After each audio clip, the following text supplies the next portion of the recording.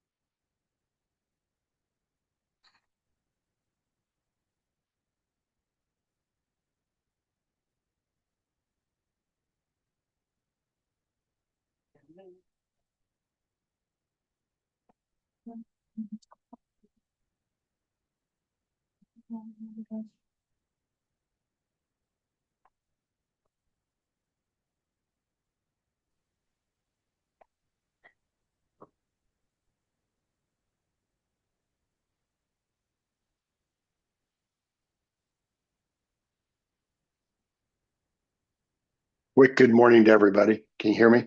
We good? Good morning. We can hear you. Thank you.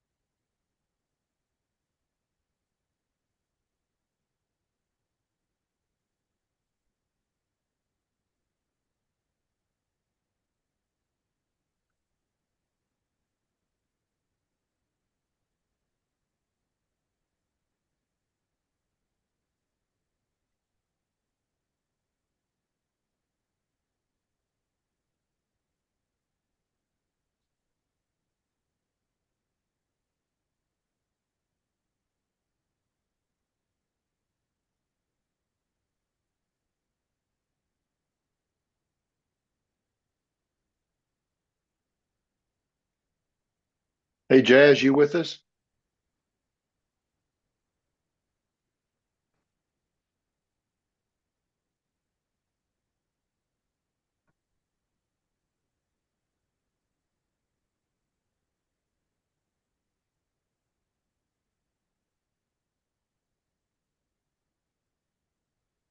I don't see him on the list of panelists, so I don't Okay. think he's joined yet. Okay, thank you very much. I don't have his contact information, so I can't text him. All right, thank you.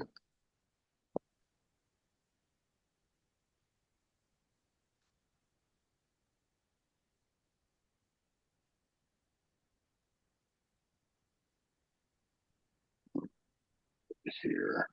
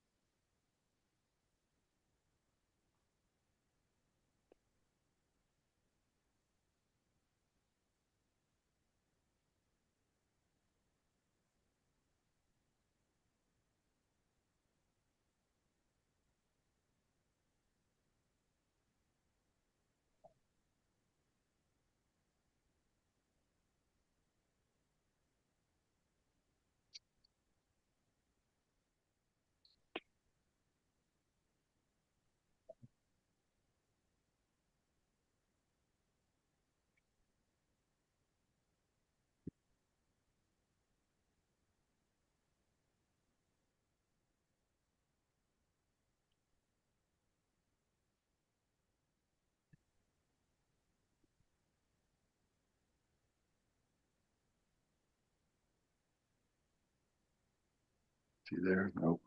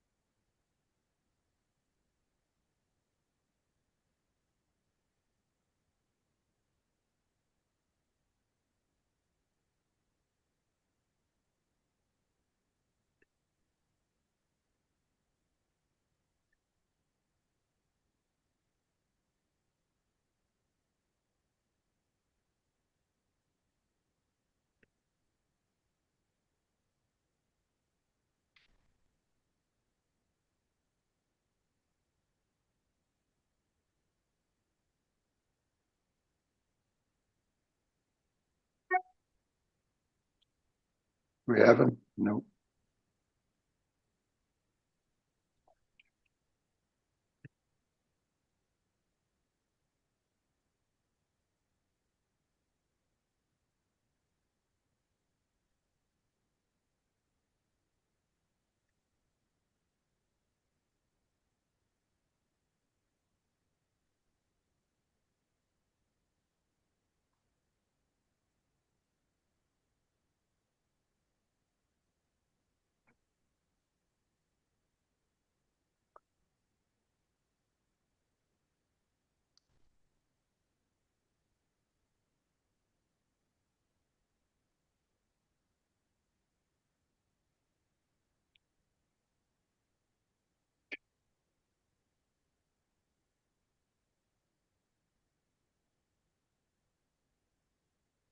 I sent Jazz a quick email and then sent the link just in case he might have lost it too. So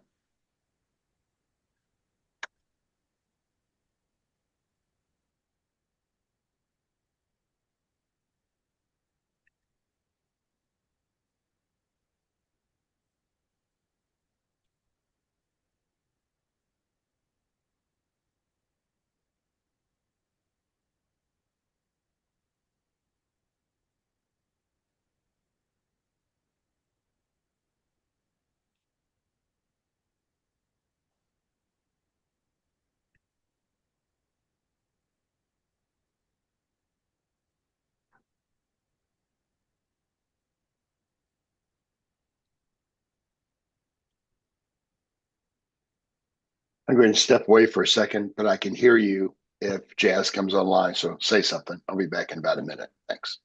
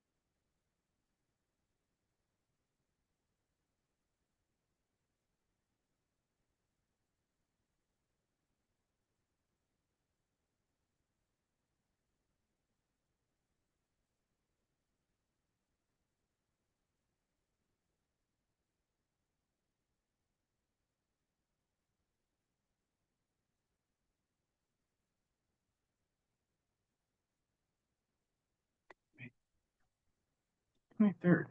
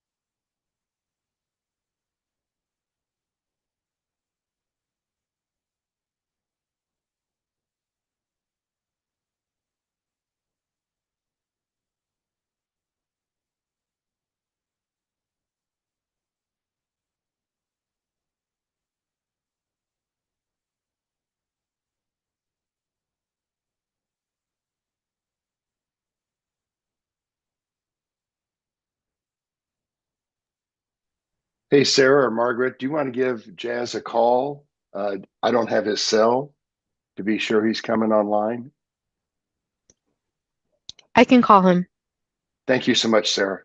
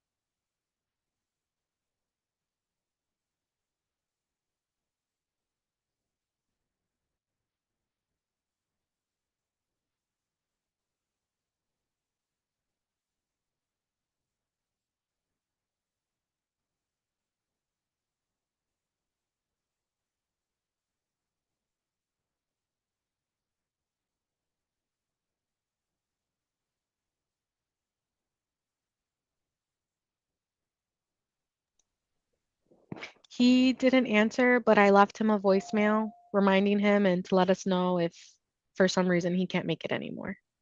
Okay, perfect. Thank you so much for the update.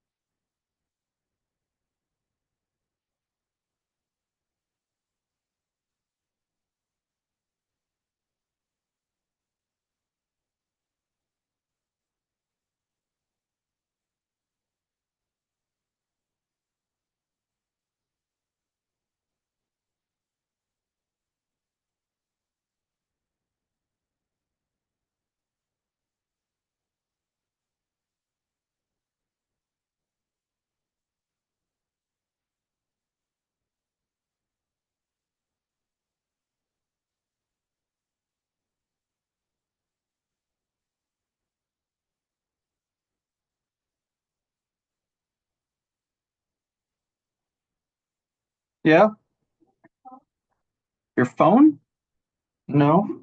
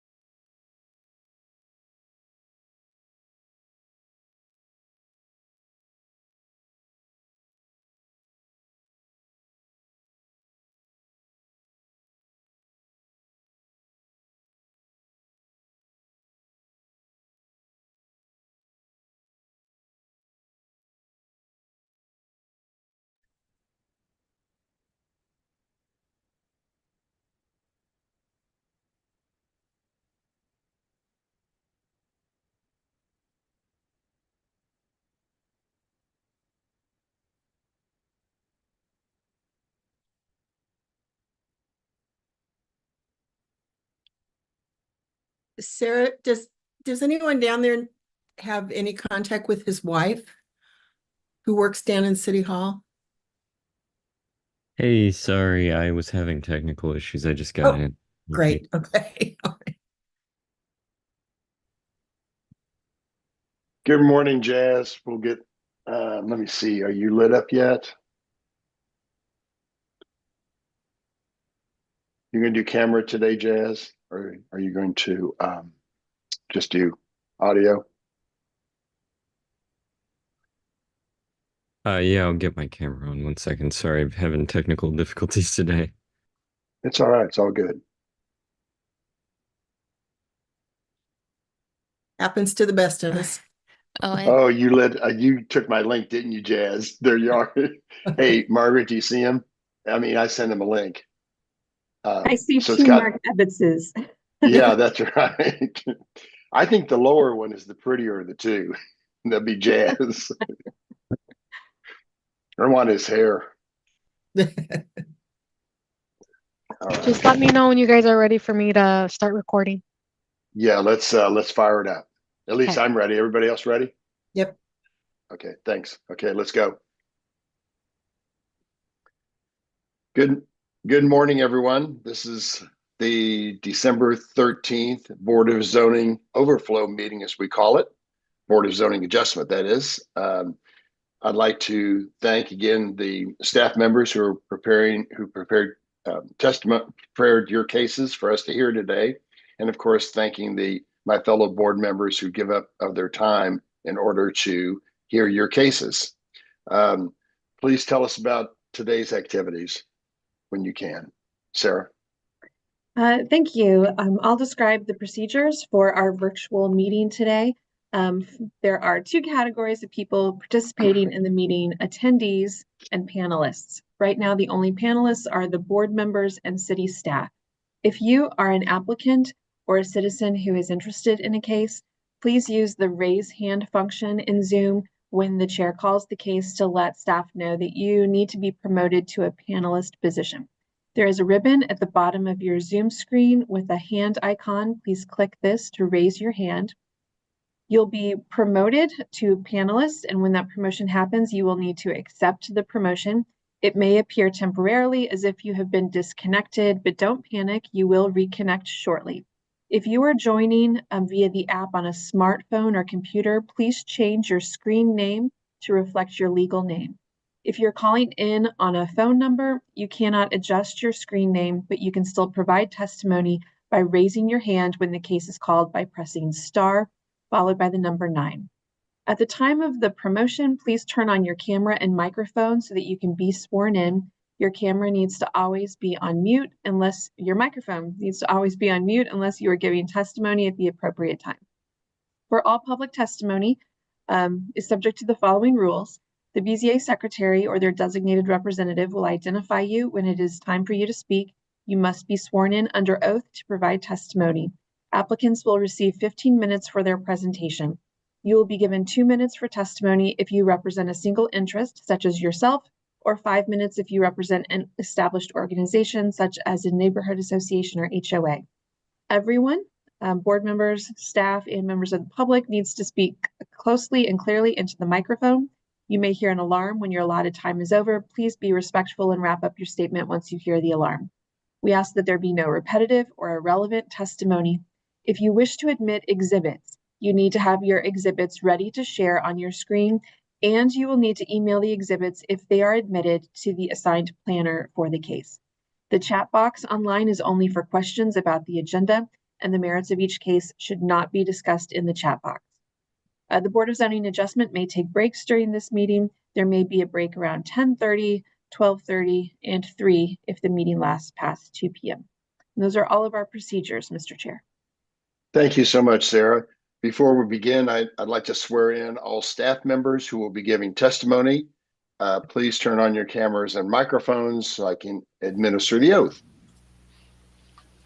Looks like everyone's there. Please raise your right hand. Do you solemnly swear or affirm to tell the truth and nothing but the truth in this meeting today? Sarah Copeland, Sarah. I do. Connor? Connor Tomlin, I do. Stephanie? Stephanie Saldari, I do. Genevieve? Faith Khan, I do. James Duddy. James Duddy, I do. I think that's all of the staff. Okay, perfect. Do we have any continuances or dismissals, Sarah, on this new docket? We do have one continuance today. Just as a reminder for everyone, our overflow docket today starts with item number 23. Docket item number 25, CDBZA 2024-134, a request to approve a special exception to permit a fence greater than 4 feet in the street side yard and front yard in an R7.5 zoning district, plus any additional variances on about 0.48 acres generally located at 10435 Warnell Road. We request continuance without fee to January 8th. And that is the only continuance for today's docket. Great. Do we have anyone in the virtual audience who's interested in this possible continuance? We do have a hand raised online. Kevin Barthol, I will promote you to panelist.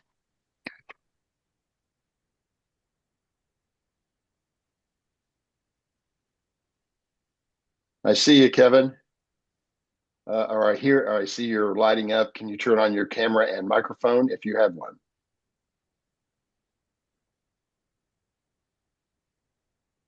Okay, where'd you go? There you are. Good morning, Kevin. What is your interest in this case? I am opposition.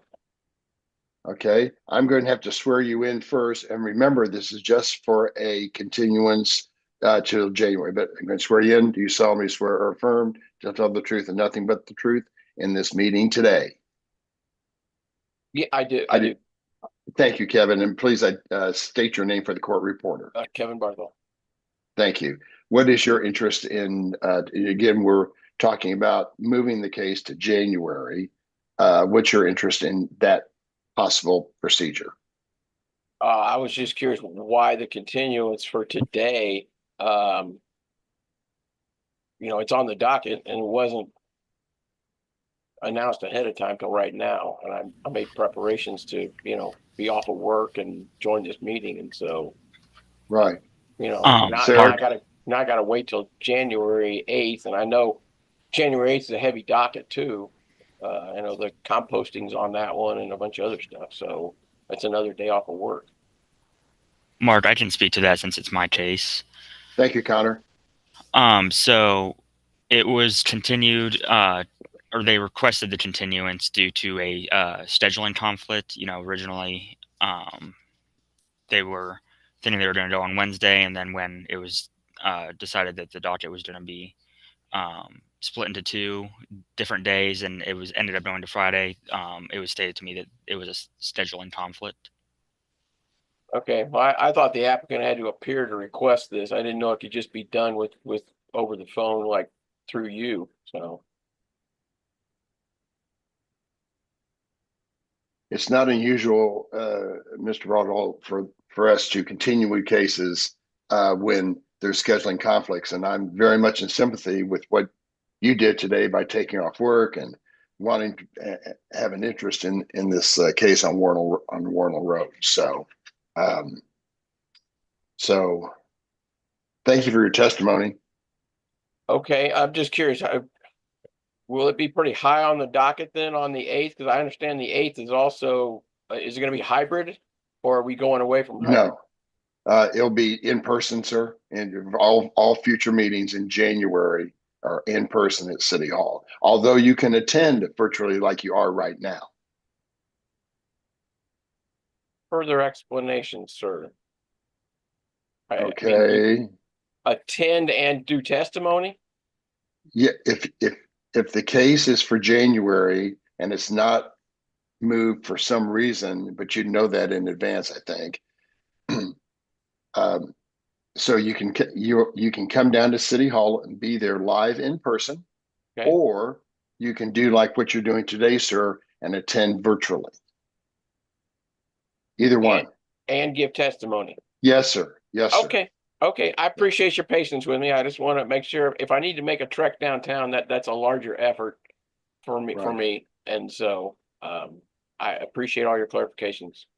And Kevin, that's not unusual for people to give testimony on cases, virtually on Zoom or whatever way you decide to do that. So that's not unusual for us.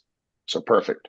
Okay, I just had a misunderstanding of there would be no more virtual. That's what my issue, which I misunderstood. Yeah. They're Okay. talking really about us. All right. Thank you. Board members. Appreciate it. Thank I'm you, moving Kevin. on. Yep. Board members, do I have a motion to move this case to January 8th? I didn't hear the date. I can do that. Okay. On docket item 25, case CD BZA 2024-00134, I move that we continue the case until our January 8th meeting. Second. Perfect. Thank you. I have a motion and a second. Please call the roll.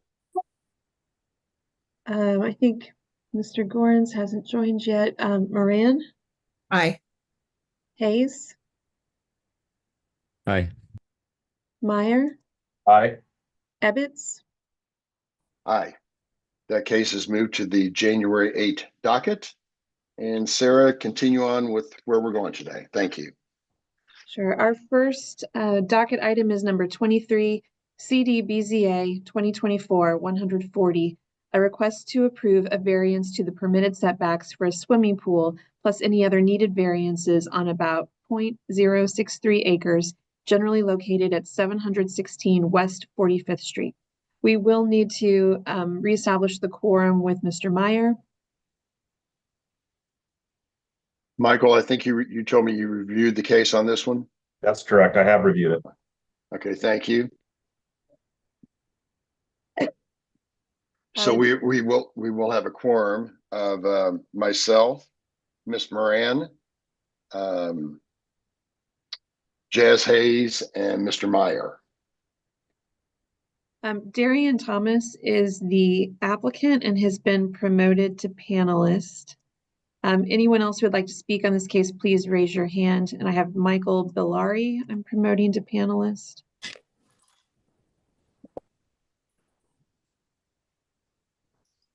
And KJ Deere and Rodney Adams. Perfect.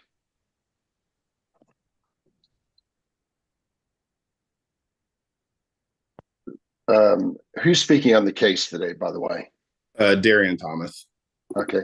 So Darian, we only have, right now, we're going to have a fifth board member here in an hour. We only have 4 board members. For your variance request, you will need a unanimous approval from all 4 of us for it to proceed. Is that right? Let me think here just for a second. Yes. Yeah. Yeah. We'll need a unanimous procedure. You could wait until we have our 5th board member, Tom, and he'll be here about 10-ish. And then you could have 1 negative vote and it would still pass. You need 4 people to approve it. So would you like to wait, or would you like to proceed on with the 4 panelists or the 4 board members? Oh, let me try to put that in the hands of the homeowner here. One sec. Mike, what do you think? I mean, I trust you, Darian. Okay. Up to your discretion, and Kyle as well. So moving forward, Darian, or you want to wait? I mean, based on kind of where we were from our continuance last month, I think that we were kind of at a point where, under understanding that if we were able to present the proper emails that we got prior to starting the project, that we were in a pretty good position to go ahead and move forward. So I think we'll go ahead and present if that's okay with you guys.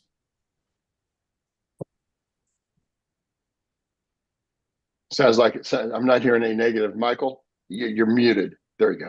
Yeah. No, I'm totally good with that. Okay, I'm going to swear all 4 of you guys in. I see only 4.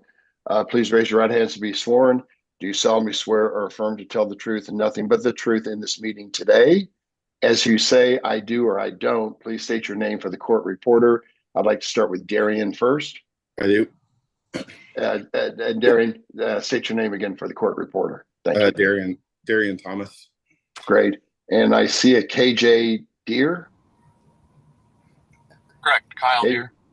Oh, Kyle. And is that yes or no on the affirmation? Yes. Yes. Okay, thank you. Michael? Yes, Michael J. Valeri. Thank you. And Rodney, you're the last one there. Yes, Rodney Adams. Great. And are all four of you in support of this, or do we have negative opposition out here? I'm Of the four people. 4. Everybody support? Yes. Okay, great. Let's see, it sounds like Darian's going to be speaking on the case today. Darian, there's a list of administrative exhibits labeled 1 to 12, I think. I've got to get over here just for a second. Sorry.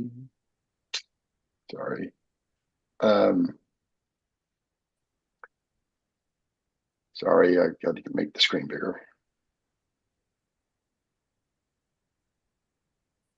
Yes, 1 to 12. Do we have your permission to admit those? Yes. Great. One of those is a presentation by Stephanie Salderi on your case. Stephanie, please tell us about the case today. Thank you. Actually, can we move to the next person? Because my files are like freezing. Okay. So I can't All right. access them right now. Like Okay. I just pulled up the PowerPoint, it froze, and I can't access my files. That's okay. So, so gentlemen, you're reminded that you're all sworn in. You can turn off cameras if you want. Definitely your microphone's off, and then we'll call your case when Stephanie's computer unfreezes. A little technical difficulties. We'll come back to you. Okay, As soon as thank the you'll be the next case up after Connors. All right, Sarah. Okay. You're all also, you'll all still be panelists, so please don't go anywhere. Docket item number 24, CDBZA 2024-163, a request to approve a variance to the setback distance between an accessory structure and the primary structure, plus any additional variances on about 1.89 acres generally located at 211 East 147th Street. Connor Tomlin is the staff planner. Tara Stevens is being promoted to panelist as the applicant. If anyone else would like to speak on this case, please raise your hand. I don't see any other hands raised online. Okay, great. Tara, are you on with us? Can you turn on your camera and microphone? Yes. There you are. I see you. I see there's 2 people in the room with you. I'm going to swear you both in. If you might be giving testimony, please raise your right hands to be sworn. Do you solemnly swear or affirm to tell the truth and nothing but the truth in this meeting today? Yeah. I do. And I can't hear you very well, but please say I do or I don't, and state your name for the court reporter. I do, Tara Stevens. And I do, Jeff Stevens. Okay, thank you, Mr. Well, the Stevens people. There are a list of administrative exhibits that I need to admit for your case today. They're usually labeled 1 to 9. I'm almost there to verify that. They are 1 to 9. Do I have your permission to admit those, or do you have any questions about that? Yes, sir. Thank you. Those are admitted. And one part of that is a presentation by the staff planner, Connor Tomlin. Connor, tell us about the case. Oh, wait, sorry, Connor, before you say anything else. This is a variance request, I think. I got to look at here just for a second. Yes. And we will need all 4 board members to agree with what you're requesting today. Do we have your permission to go with 4, or you can wait for an hour or so and have 5? If you do have 1 negative vote, your variance request will not proceed. Yes, we'll move forward. I unfortunately have to get back to work. Okay, that's fine. All right, Connor, you're on. Tell us about the case, please. Thank you. Sure. All right, can everybody see the screen? Mm-hmm. Okay. Yes. So we've got docket 24, CDBZA 2024-163, located at 211 East 147th Street in an R80 zoning district. The applicant is seeking approval of a variance to the setback of an accessory structure from the primary structure, plus any additional variances. This is the general location of the site. This is a closer look at the site itself. This is the site plan that was proposed. It may be easier to view in your staff report. There's about a 6-foot distance that's labeled here between the primary structure and the accessory structure. These are some elevations that were provided. This is an image of the property as it stands now from a code compliance case that I'll mention in the next slide. You'll see here that the accessory structure, that's where it's at. So the little bit of case history, the first one is CPIN PC 2024-529. This was a codes violation for constructing that accessory structure without permits, the same one that's before you today. And then the CRBR 2024-21692 is a plan review case to obtain permits for the above mentioned accessory structure. So they have submitted for permits after receiving that codes violation. The variance request is a variance of 4 feet to the setback of an accessory structure from the primary structure to permit that setback of 6 feet on the subject site. Again, that's a variance of 4 feet. A substantial change to the character of the neighborhood is anticipated. Properties in this area appear to have structures that may or may not be conforming to the code requirement.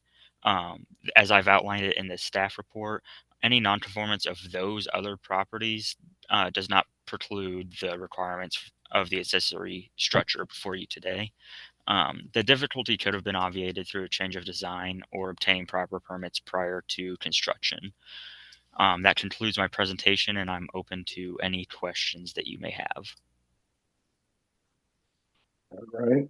Board members, any questions of Mr. Tomlin? So Connor, they have applied for the proper permits at this point. Yes. And that's why they're before us. So if we happen to approve the accessory structure, they would still have to follow all the rules and regulations of the permit. Right. So whatever building code requirements they need to meet, their submittal for that permit, they would still be subject to that. They would just be allowed to essentially apply for and keep it as it is currently standing. Okay, why? Let's hear from the. And why grant request today? Tara? I'm sorry, I couldn't hear you. Why what? It's okay. Why should we? Mrs. Stevens. Okay, well, so this is Tara, this is my husband, Jeff. We want to thank you for allowing us to present before you. We know you have a lot of exceptions that you're hearing today. I wasn't able to get off of work, so I apologize. But I have lived and raised my family here for 27 years. I've worked really hard to make my home something that I'm proud of. It was not our intention to not follow the proper procedures. We believed that because the motorcycle garage was under 200 square feet, that we didn't have to get a permit. We didn't realize that the whole structure, the roof of the structure line is what required a permit. So it was not intentional that we did not follow that. We built the carport where it is, where we have always parked our cars. There was no change to the driveway. We just built it over it. Part of the reason our driveway ends where it does, because the west side of my yard is very wet and unstable. It's where all the runoff from the street goes. So we could not set it further that way. We also built it as close to the house as we did because we have gravel for our driveway. My mother's in a wheelchair and she's going to be living with us shortly. And we didn't want there to be as much space for her to have to go on gravel. It's an open structure. There are no fire risks. There's no electric to it at all. It is all done by solar. So we didn't feel that there would be any kind of hazard. Lastly, there are 26 houses in the neighborhood and I received 31 signatures on our petition. Every house and neighbor was in agreement. Not only did they feel no issues with the structure, but they also told us they felt it brings value to the neighborhood. I've worked really hard trying to make it a beautiful and usable space for my family. And again, we apologize. We didn't realize we had to get a permit for an open structure. or we would have done that in the first place. So, Right. yeah. All right. Thank you for that, Mr. Mrs. Steve. Board members, do we have any questions of this? Your audio was cutting out pretty bad. Am I still now? Yeah.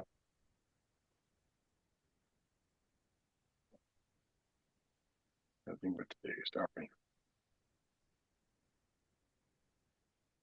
Sorry, audio.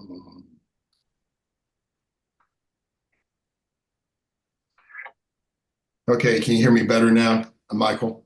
Michael Meyer? Yes, sir. Yes. Okay, Sir. great. I'm sorry, Mr. and Mrs. Stevens, I had to go to a different audio source. You said you've got support from 25 or 30 of your neighbors. That's great. Connor seemed to imply there were other homes in the neighborhood with similar types of structures. I'm not asking to rat out those people, but are you alone in your accessory structures, would you say?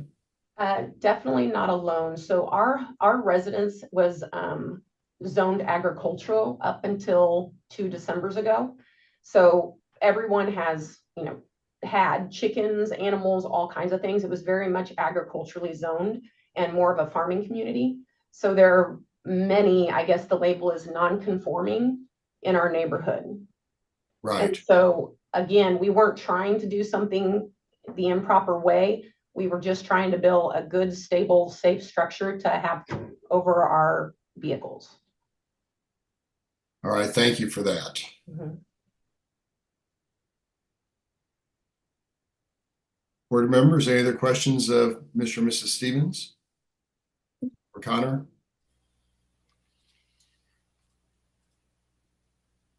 If not, maybe a motion?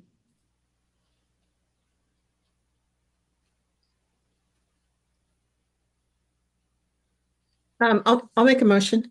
Thank you, Ms. Moran. In docket item number 24, case number BZA 2024-163, I move that we grant the requested. There's just one. It looks like there's just one variance. It's with the site plan and staff report. Second. Do I have a second? Second. Thank you, Mr. Meyer. Please call the roll. Moran, Aye. Hayes, Aye. Meyer, Aye. Evans. Aye. Your request has been granted, Mr. and Mrs. Stevens. Have a great day. Thanks again. Thank you so much. Thank you. Thank you. All right. And I'm good to go now. Okay, good. Let's go on back to docket number 23. Yeah, there we go. And the four gentlemen, can you turn back on your microphones? I see Rodney and I see Michael. There's Darian and there's somebody else, but I don't see him. EJ or KJ or AJ Deere. yeah. Oh, there he is. He's down there. Okay, perfect. All right. We got, as you recall, you're still sworn in for testimony, and we already got an approval to admit the administrative exhibits, and we were Stephanie Solderi was giving her proposal. So, Yes. All right, you can see my screen. Okay, so I will try to go over it a bit more quickly since we heard this last month. But again, this is docket item 23, CDBCA 2024-140, located on 716 West 45th Street, zoned R6, and the applicant is seeking approval to multiple variances to the setbacks of a deck and the pool that have been built, but they're trying to get it back into compliance. And it's down here in Midtown, highlighted in yellow. This is the subject site. Again, these are pictures to refresh your memories. Site plan. And then Darian did provide the emails, so initially, this is the site plan that was provided. And then this is the email from the applicant's team and from staff. So, they did mention that they want to place it 5 feet from the fence, the pool at least. Staff responded with the regular accessory structure setbacks.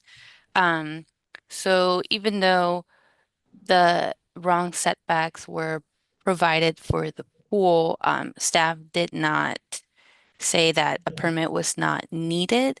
But so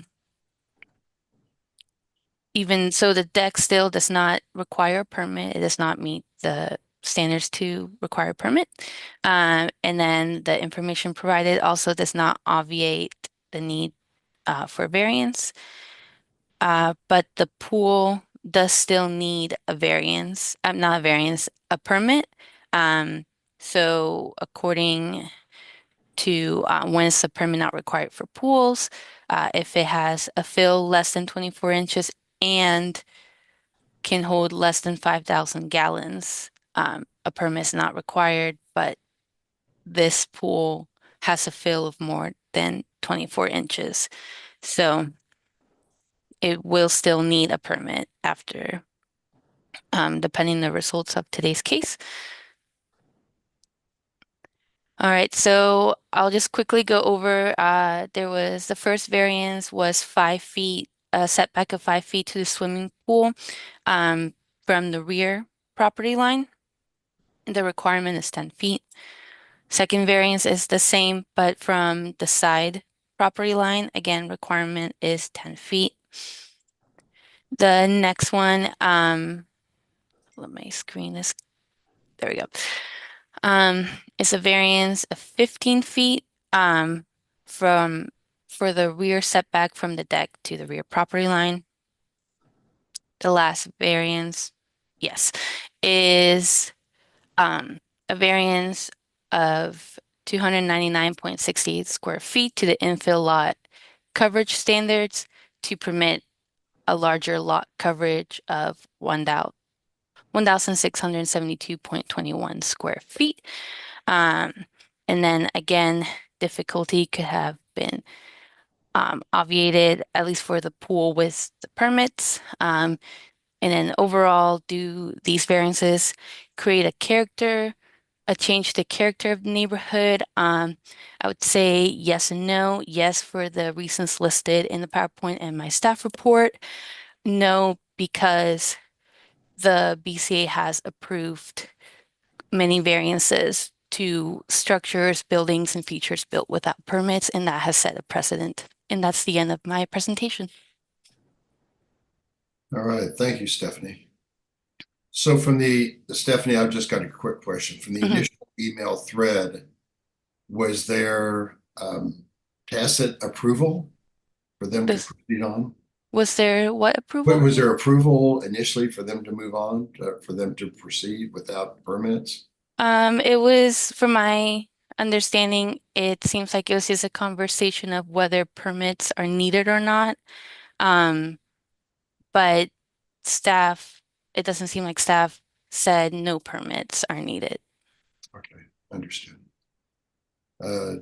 Jazz or Michael, Maggie, any other questions of city staff? No, sir. Okay. So Darian, I think you're the speaker on this. Why should we grant this request, sir? So for us, based on our initial conversations with city planning, in the back and forth email thread was that I believe the exact language was that the setbacks look good, and then based on our deck size as well as the size of the pool, based on the requirements, we didn't believe that we needed a permit, in order to move forward. And then based on the conversations with the city, didn't see the need to engage anymore with the city in order to move forward. after getting those initial emails back. So we were kind of retroactively kind of thrown into this conversation now with you guys. And so, I mean, we're basically looking to do whatever we need to do in order to, get back in compliance and get this thing rolling forward. Granted, we're granted our variance in this. We'll move forward to the next stage and getting our permits, and get this thing basically put to bed and everybody in the neighborhood. I think it's an agreement. A lot of people are in that neighborhood are looking to move forward with projects of their own. And I think that you'll kind of hear those voices here coming up with a couple of people that are on the call. And so, yeah, I think pretty much, what Stephanie said, we engaged the city prior to this project ever even breaking ground. And, we're under the assumption that we were good to go. So, like I said, we'll continue on with the proper channels once you guys, grant us our variance. All right. All right. Michael or KJ, Rodney, any other questions or comments? I just wanted to reiterate, I would have never moved forward had I known, the proper approvals weren't given at the time. And I thank you guys for hearing us out. So, thank you.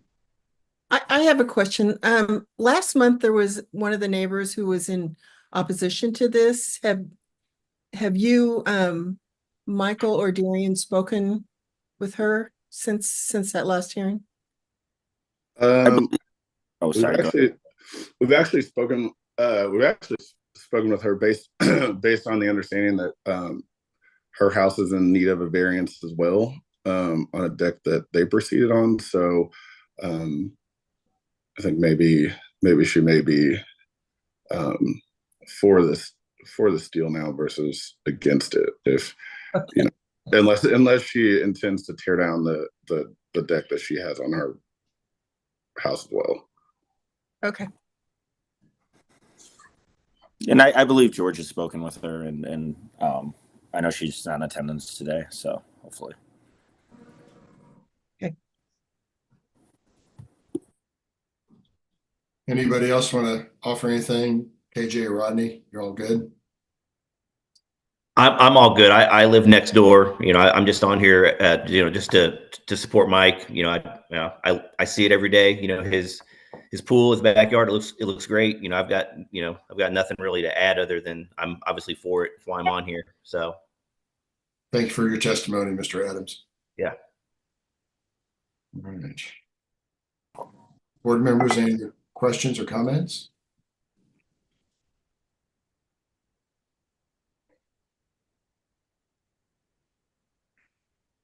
Motions, anybody? As a final comment, Darian, I know you didn't just go blindly and build this pool. You started with the proper procedures, and unfortunately you didn't see it the same way that the staff did, but I just want to say that that's the right way to go, to start from the very beginning. And that's kind of what you proved today that you did. So thank you. Okay, I'll make a motion. Thank you, Ms. Moran. On docket item number 23, case number BZA 2024-140, I move that we grant the requested variances in accordance with the site plan and staff report. I have a motion. Do I have a second from someone? Second. Thank you, Mr. Meyer. Sarah? Moran? Aye. Hayes? Aye. Meyer? That was an aye, yes. Yes. Okay. Ebbets? Yeah, aye, that's correct. Your project is approved, sir, and away you go. Thanks again for coming to us. Thank you, guys. Happy holidays. Thank you, appreciate it. All right.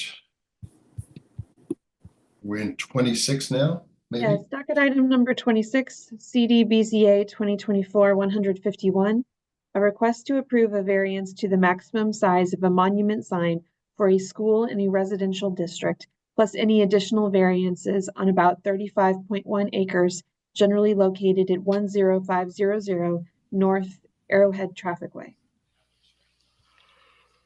The staff planner is Connor Tomlin. And if there's anyone in our virtual audience who would like to speak on this case, please raise your hand or press *9 if you're calling in on a telephone. I'm promoting Joe Tyndall to panelist.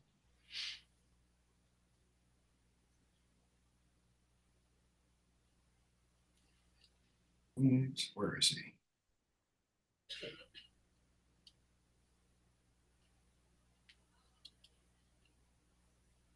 Joe, can you turn on your camera, please, and microphone? Hold We can hear you. on. Can you see me now? Yes, perfect, Joe. Thank you. Sorry. Yes, I'll wait, let Connor. wait. Hold on, Joe. Don't say anything yet. Sarah, anyone else who's interested in this case that you see? There are no other hands raised online. Okay, that's great. Joe, we only have, let me swear you in first. Okay. Do you solemnly swear or affirm to tell the truth and nothing but the truth in this meeting today? I do. And state your name again for the court reporter. Joe Tyndall. Thank you, sir. We only have 4 board members here. I just received a note from Mr. Gorenz. He'll be here online in about 15 to 20 minutes. Okay. You would then have 5 people. If you have, you can get 1 negative vote when we have 5, but if you have a negative vote with only 4, your project will not pass. You won't get the variance. Do you want to wait or do you want to proceed forward? So it'd be better. Well, Connor, what would you recommend? I mean, it's really up to you. If you feel confident enough going forward with 4 and think you can get unanimous decision, you can do that. Otherwise, you can wait the 15 to 20 minutes when Mr. Durrence is here. So if he's here, you can get 1 negative vote and still be approved. Okay. All right. Well, if you guys don't mind, I'll wait for the other gentleman to show up. Okay. Okay. All right. Not that I'm concerned. I just, I want to do what I can to hopefully get this thing passed. So. Okay, that sounds good to us. So we'll table that one for about 15 or 20 minutes till Tom comes on. Okay, our next item is docket item number 27, CDBZA 2024-164, a request to approve a variance to the maximum width of a driveway on a residential lot, plus any additional variances on about 0.27 acres, generally located at 8001 Northeast 76th Terrace. I am promoting Steve Warger to panelist. If there are any other, and Brian's iPhone is being promoted to panelist. If there's anyone else who would like to speak on this case, please raise your hand. And there are no other hands raised online. All right, it'll take me a second to catch up to where you guys are. It'll just be a moment. Thank you.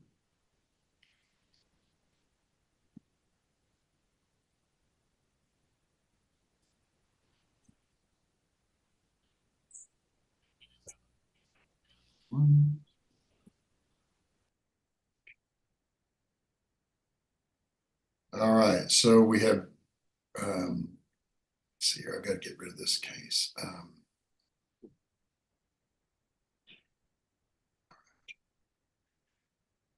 All right, so we have, I see Brian, and who else do we have up there? Oh, it's Steve Wagner or Warger. Thank you.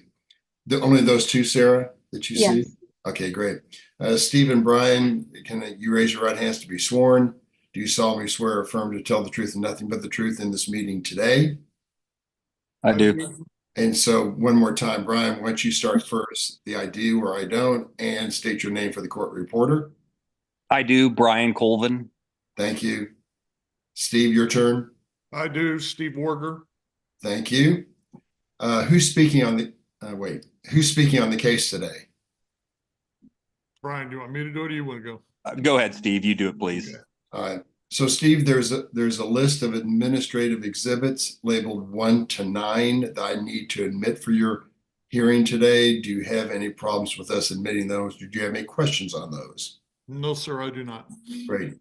Part of that is a presentation. Those are admitted, and part of that is a presentation by Mr. Tomlin on your case. Connor, please wait. Sorry. Can we confirm that they're I willing know. to? I'm going to do that next, Sarah. Sorry. So again, Steve and Brian, we only have 4 board members. We'll have our 5th in about 15 or 20 minutes. If you have 1 negative vote, your project will fail. If we have 5, you're allowed 1 negative vote, and it will still pass. Do you want to wait for that 5th board member? He'll be here about 10:15 or 10:20. I think we can move forward, Steve. Agreed. Okay, away we go. All right. Again, those exhibits are admitted. You've allowed us to go with 4 board members, and part of that is a presentation by Mr. Connor Tomlin. Thank you, Connor, for telling us about the case. Sure. Let me just a second to get my screen shared. Okay, you can see the presentation. Yes, we can. Okay, so today we've got CD BZA 2024-164 located at 8001 Northeast 76th Street. Zoning district is SC, otherwise known for Shoal Creek. The applicant is seeking approval of a variance to the maximum width of a driveway in a residential district. This is the general location of the site. This is a closer look at the site itself, recently constructed. This is the site plan. It may be easier to see in the staff report. This was the original approval prior to construction. So the difference between this plan and the one that I just showed you, the original approved plan had the driveway width at 22 feet. This one is showing it at 23.5 feet. The variance request is a variance of 1.5 feet to the maximum width of a driveway on a residential lot.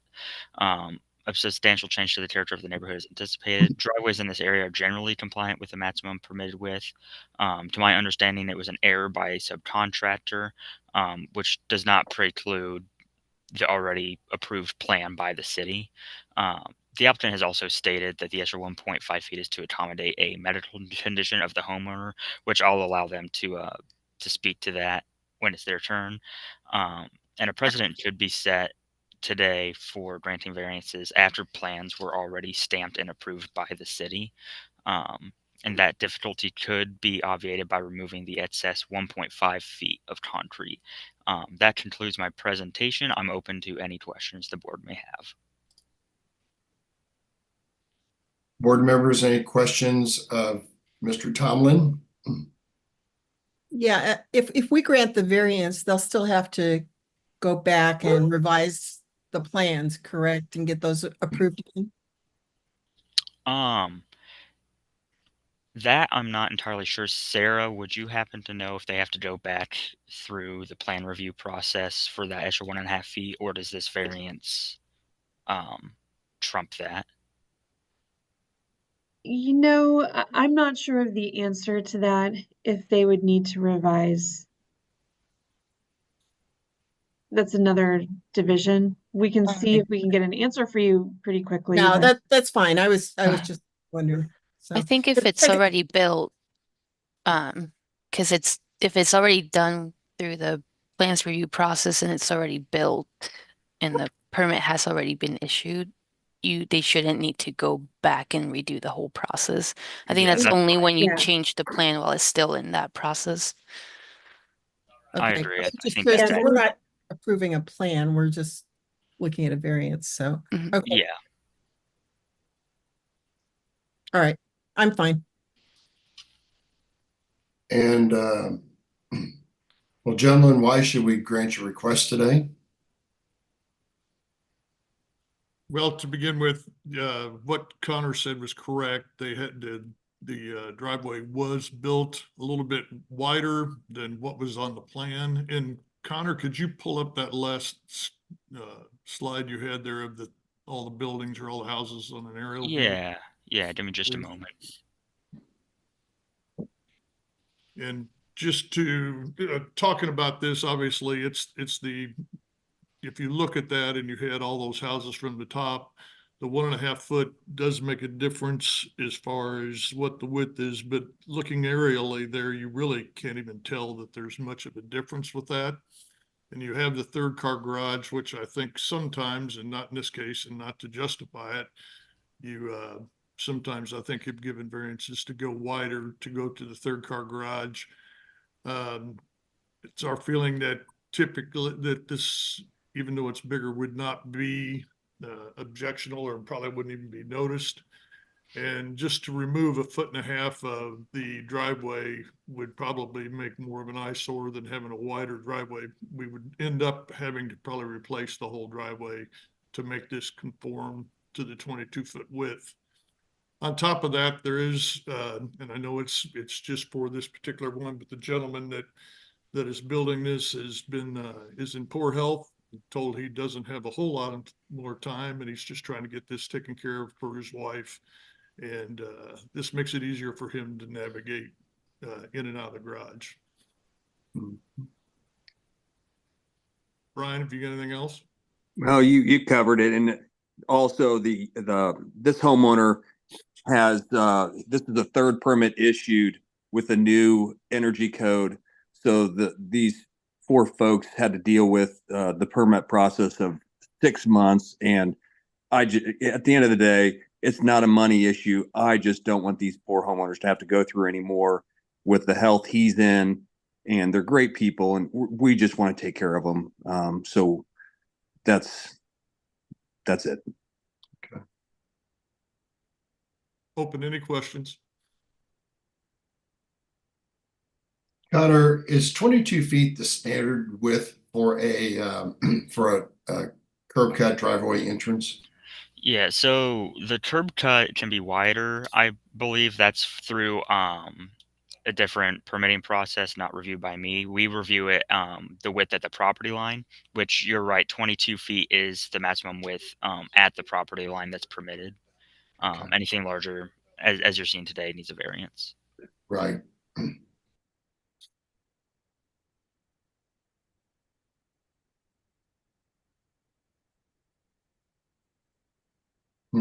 Okay. Board members, any other questions or comments of staff or property owners or representatives?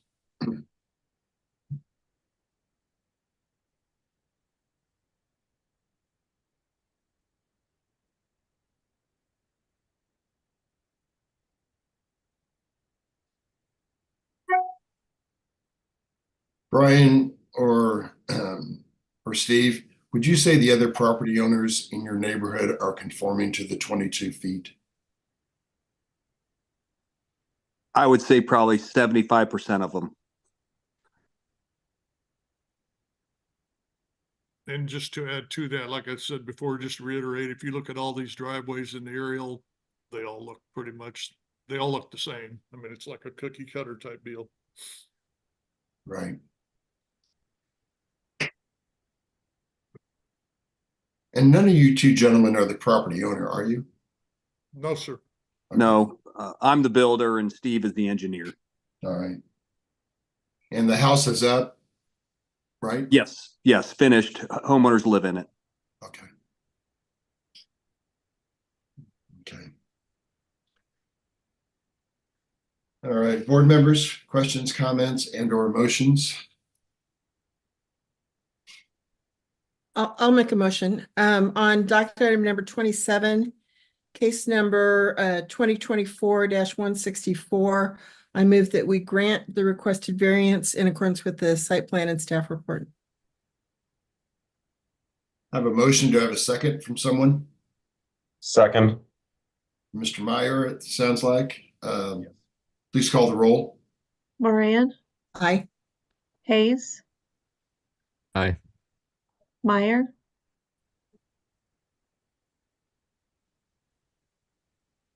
Yeah. Meyer, I didn't hear you. And Evans. Reluctantly, yes, aye. Your project is granted. Your variance is granted, gentlemen. Thank you. Thank you very much. Yep. Let's see here. We still don't have Gorringe yet. Yeah, I don't see Mr. Gorins. So You want to try? You guys give me 1 second here. Second here.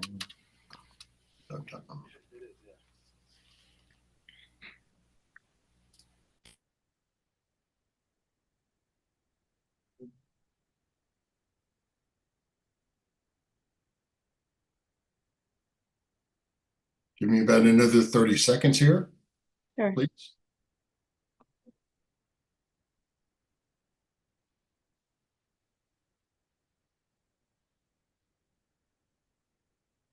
You know, I think, sorry, I got muted, I think. I think it's appropriate we take our normal 15-minute recess. By then, I bet Tom's back online with us and we'll be okay. Is that okay with you guys? Everybody? Yeah. Sounds good. Okay, so we'll be back at 10:30. Thank you very much. Okay.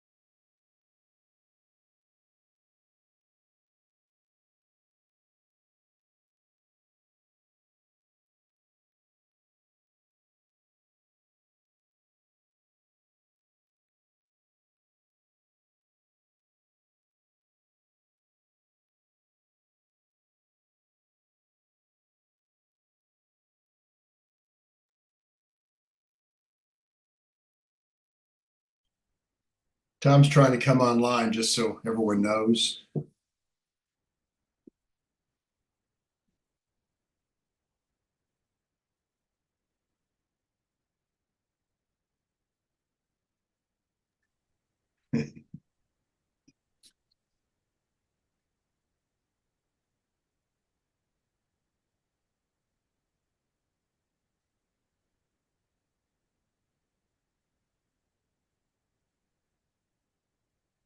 Okay.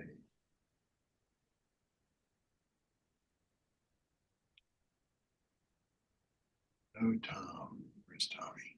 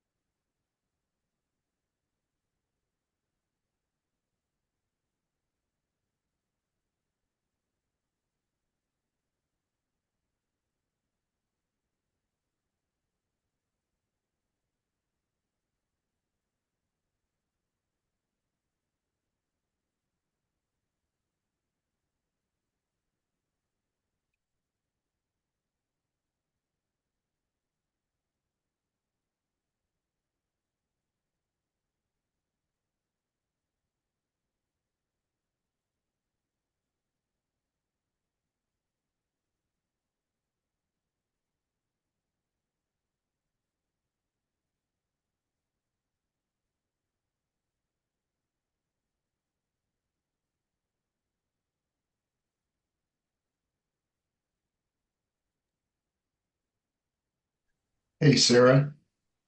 So Tom's asking for the Zoom ID. Is that 873 number? Do you know? Should be. It should be. Okay. Margaret is the official host of our Zoom this morning. So she can correct me if I'm wrong. I'm sorry, was I supposed to press record now? No, Well, Tom's looking for the ID for the Zoom. I can email it to him. Well, he's not getting his email. He can't get onto AOL, Oh. which is crazy. Is that 873 number? It's called webinar ID. It should be, yes. Let me. So it's on Zoom. He just needs to know the ID.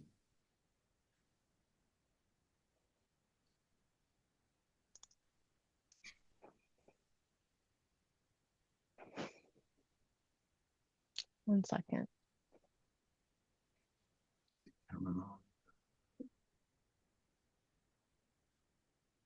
We haven't started yet, right? Sorry, I was on the phone. Yeah, don't stop recording for right now, Alec. Thanks. Okay, I won't. Gotcha. Tom has read my ID number, so hopefully he'll be typing that in into Zoom.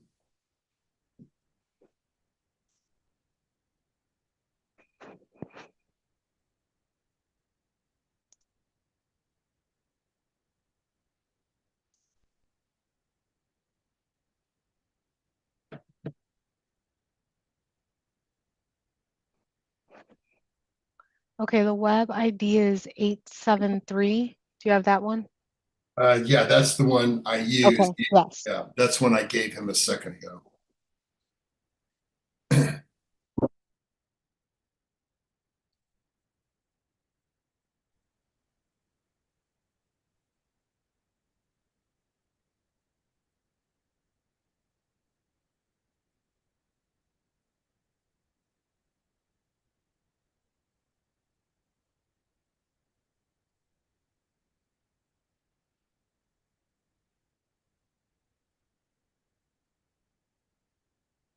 One of those days, I guess. That's right, Jazz. Hey, Margaret, do you see him trying to sign on? Or Sarah, who would see him trying to come in as a participant? We would see him as an attendee. Oh, there he is. I'm Okay. going to promote him to panelist. Perfect. Thank you.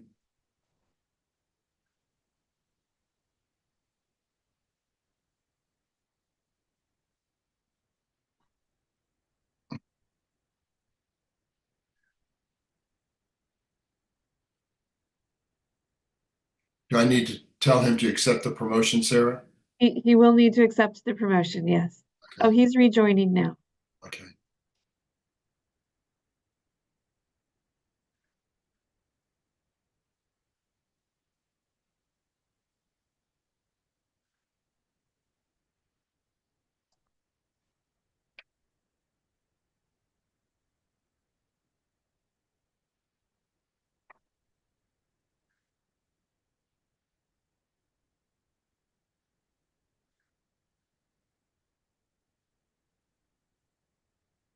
Mr. Gorens, are you there? Tom, accept the promotion. Oh, he did. Oh, okay.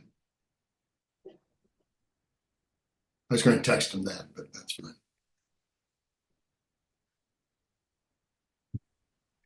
Hello?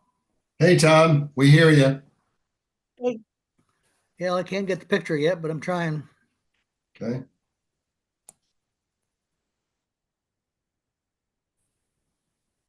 There you are. Okay.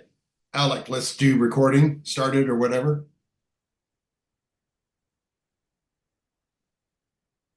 All right. After our break, and we now have 5 panelists.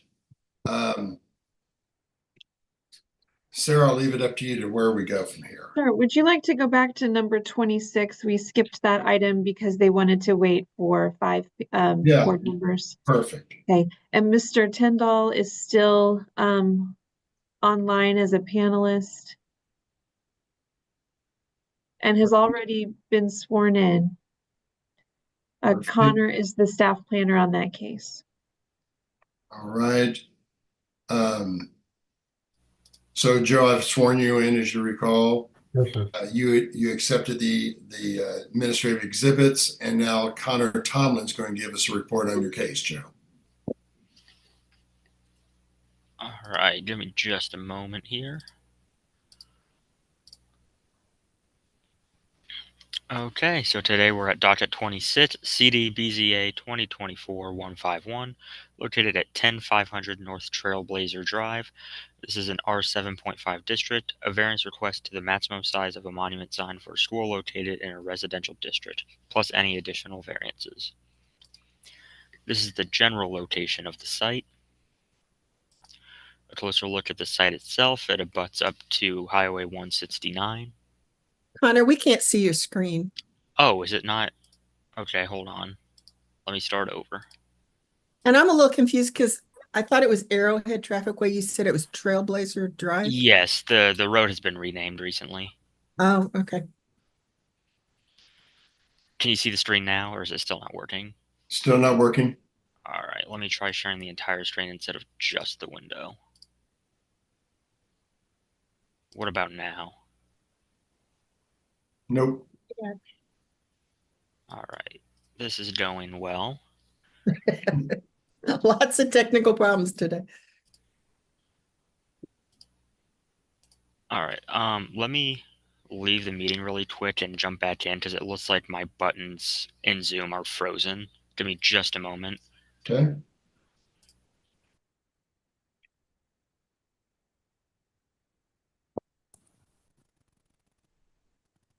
It's the 13th. Yes, it is. True.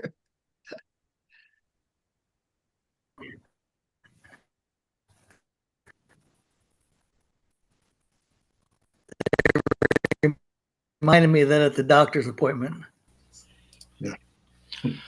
Okay, I am back. Let me try this again. Is it still not working? Because it says that it's sharing. I don't even see him. Do you guys even see? Oh, there he is, down here in the corner. I don't Connor, understand. do you want me to try sharing your presentation on my screen and I'll click along? Yeah, that might Here, work. okay, let me go find that. It's on my desktop. I need to send it to you. Oh, okay.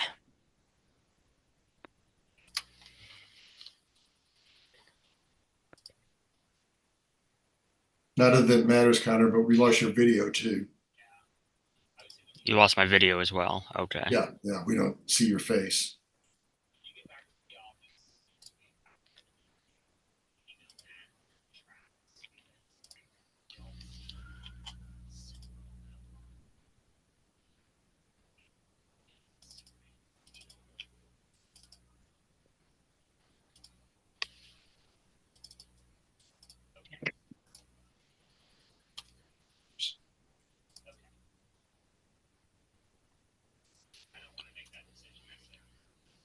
Okay, Stephanie, I just sent that over to you. Okay. Let me download it.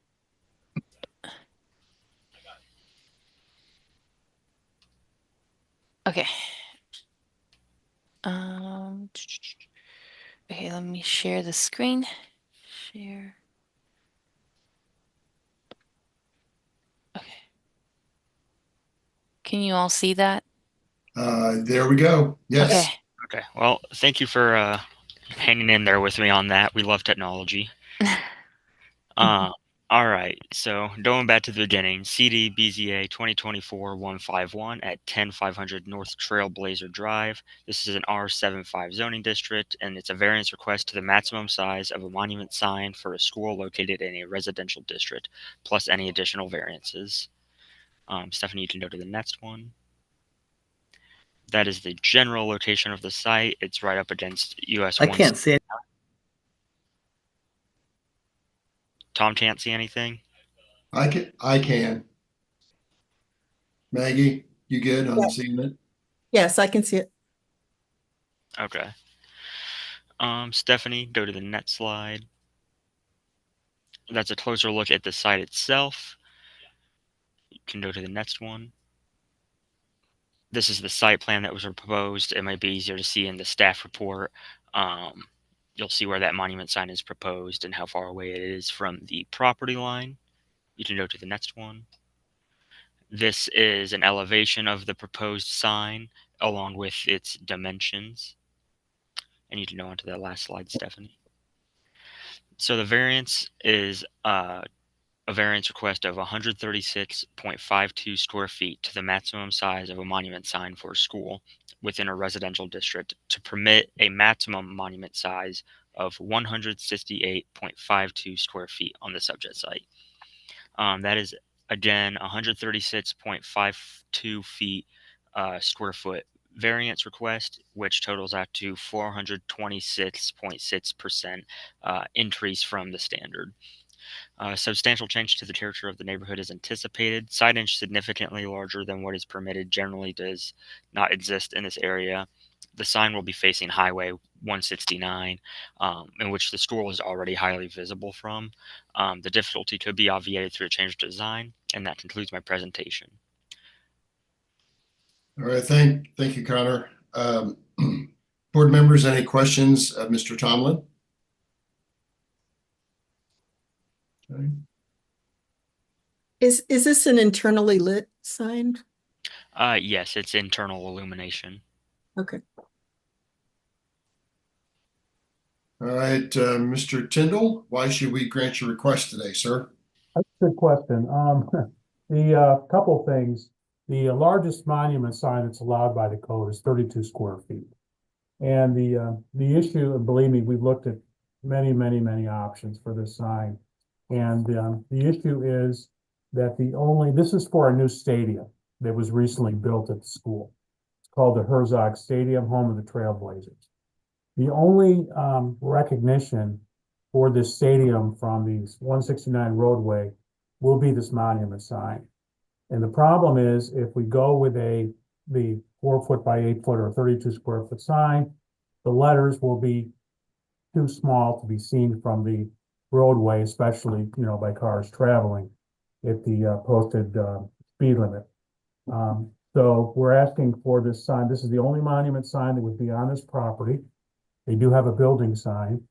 And we ask for the size of the monument sign that for sign standards would allow the letters to be seen from a car traveling on the roadway. Also, I did want to mention, because I did this with you folks a while ago, we actually did also get a variance for Terrace Park Funeral Home. They have a building sign, and again, we were held to the same 32 square foot size, and we got a variance to make those sign letters significantly larger. Also, while I understand that this is zoned as residential, there are no really adjoining properties to this area. The closest one is Terrace Park Funeral Home, and then there's basically nothing in the vicinity of this sign. So we're trying to help the school create awareness. The school, I shouldn't say we are, the school wants to create awareness of this new stadium, and they want to do it through this monument sign. And like I said, we went with the smallest, larger sign that would allow the sign to be seen from the roadway.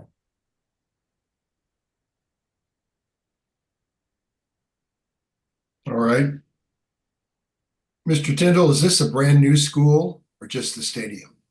The stadium's brand new. The school's been around for a while. North End Christian School. You said North Kansas City School District? I believe so, yes. Yeah. No, I think it's a private school. Oh, that's It's right. not a I'm public sorry. school. You're right. It is private. You're right. Is the size, when he showed the picture of it, there's kind of a gray base around it, and then the sign is white. Is the size of the entire structure or just the white illuminated sign? Just the sign itself. I can pull this back up really quick. Okay, if it's even sharing.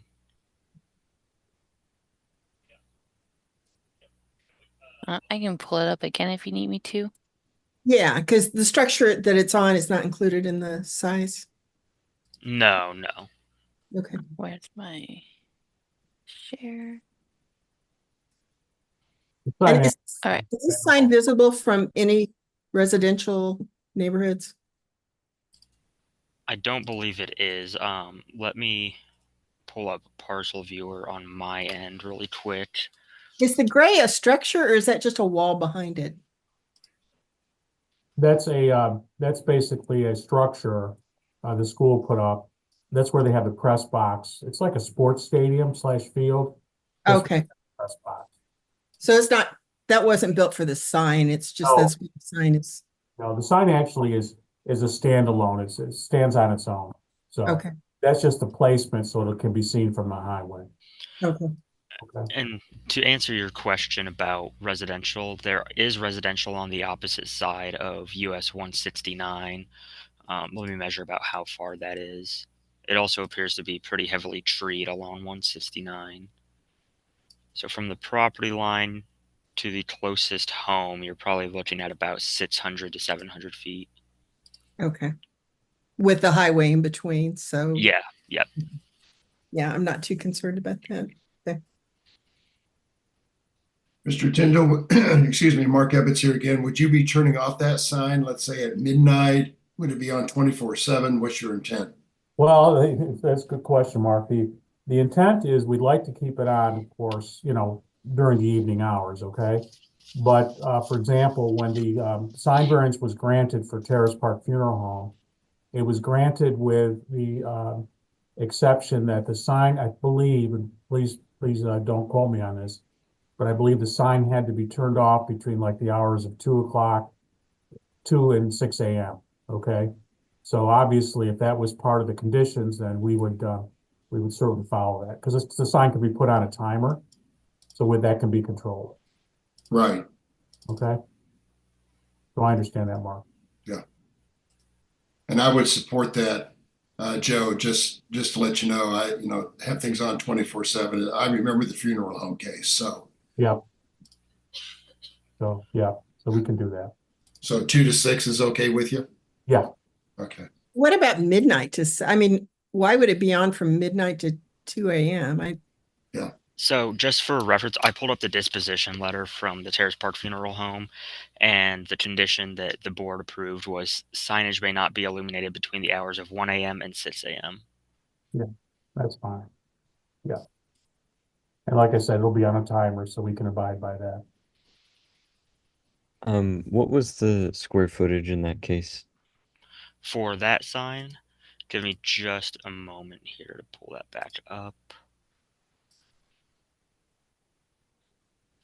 It was 80.5 square feet. But this was a wall sign opposed to a monument sign.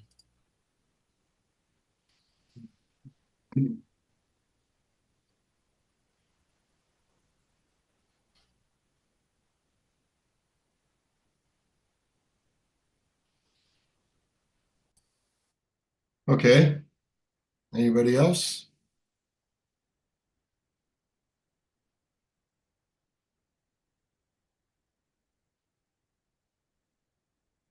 Personally, I think this is a really big variance. It's over 4 times the square footage requirement. And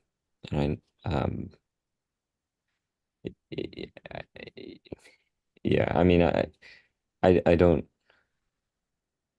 with as great as a variance is, and I don't see that there's like a super substantial hardship here.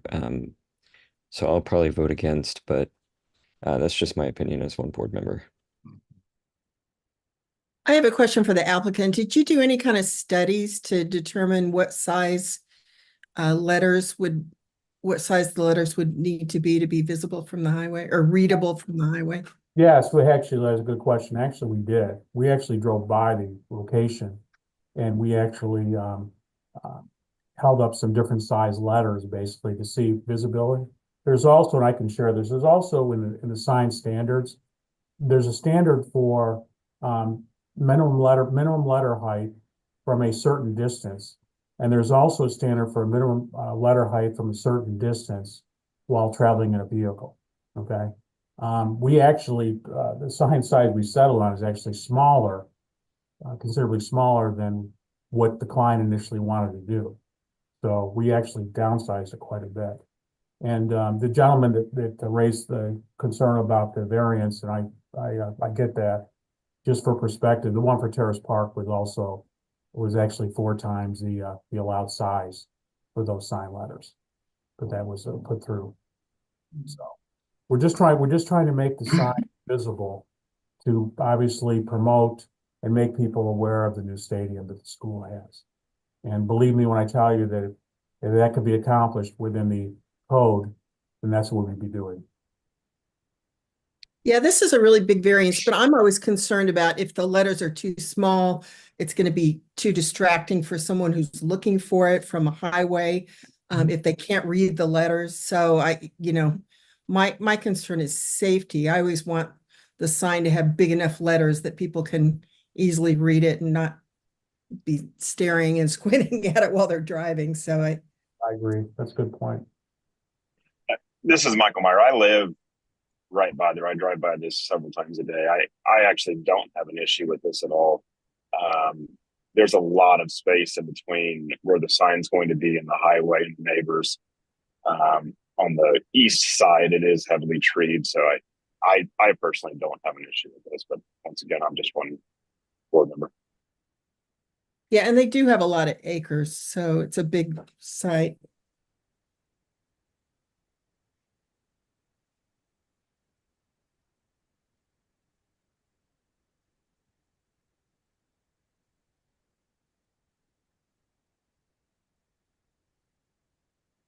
I also echo Maggie's comments. As you're driving down 169, you'd want to be able to see the sign as you're coming down. And to Mr. Meyer's comment, there's no other residential very nearby that would be offended by the sign. But I also understand Jazz's comment. It is a big variance, Jazz. So, but yeah, and I think those size limits, schools are in residential zoning, and so you don't want to allow monster big signs if it's a school that's tucked in a neighborhood. But this is not that. This is along a highway, and so I think it's a little bit different situation. So I'm okay with the size of it in this particular situation. thank you. Any other board members have comments and or motions? I'll make a motion on docket item number 26, case number 2024-151. I move that we grant the variance requested in accordance with the site plan and staff report. With the timer from 1 to 6? Right, yeah, with reluctantly 1 to 6. I'm not sure why it needs to be on after midnight, but for consistency. Well, if we did the other one 1 to 6, I'm fine with this one being 1 to 6. All right. I have a motion. Do I have a second from somebody? Second. Okay. Second from, I think, Gorans. Thank you. It's Tom Goretz. Thanks. Gorans, Aye. Moran, Aye. Hayes, Opposed. Meyer, Aye. Ebbets. Aye. Your project is approved, sir. Thank you for coming for us. Happy holidays. Thanks again. Thank you, guys. Thanks so much. Sure. All right. Docket item number 28 is CDBZA 2024-177, a request to approve a variance to the accessory building standards to permit a larger structure plus any other needed variances on an R6 zoning district on about 0.48 acres, generally located at 10151 North Kansas Court. The staff planner on this case is Stephanie Saldari. I'm going to promote Jeff Julian to panelist. If there is anyone else who would like to speak on this case, Jeff Linscott, I'm going to promote you to panelist. If there's anyone else who would like to speak on this case, please raise your hand. Do we have two Jeff Julians? We have two Jeff Julians who are being promoted to panelist. I see Jeff Linscott. There's Linscott. And there are two Jeff Julians. I wonder if I think Jeff had the architect as well. Maybe he's under Jeff as well. Yes, well, I also have my architect. He's using my computer at work. All right. Okay. So if you could turn on your camera, Jeff Julian, that'd be great. And architect Jeff Julian, that'd be great. so I can swear you both in, or all three of you guys? All right, there They we are. Okay. Please raise your right hands to be sworn. Do you solemnly swear or affirm to tell the truth and nothing but the truth in this meeting today? And Yes. we're going to start with Jeff Julian and the chief shirt. Say I do or I don't. And I your do. Sorry. And your court reporter, your name for the court reporter. Jeff Julian. Okay. And the other Jeff Julian? My name is Rod Fager, Fager. I'm the architect for Don Julian Builders, and that would be an affirmative. Okay. Mr. Linscott? Do Jeff And state Linscott. your name, and state your name again for the court reporter, please. I do Jeff Linscott. Perfect. And who's going to be speaking on your case today, gentlemen? That would be me. That'd be Rod Fager. Okay, thank you, Rod. Sorry. There are lists of administrative exhibits labeled 1 to 9 that we need to admit to hear your case today. Do we have your permission, or do you have any questions on those exhibits? I do not, and you have my permission. Thank you. And one of that is a presentation by the staff planner, Stephanie Salderi. So Stephanie, tell us about the case. All right, and you can see my screen, correct? We can, yes. Okay, perfect. We got docket item 28, CDBCA 2024-177, located on 10151 North Kansas Court, zoned R-6. R-6, and the applicant is seeking approval of a variance to the accessory building standards to allow for a pool house with a chimney.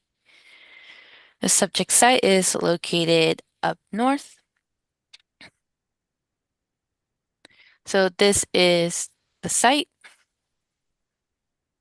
So it is a more newer build. Here are some pictures of the rear yard.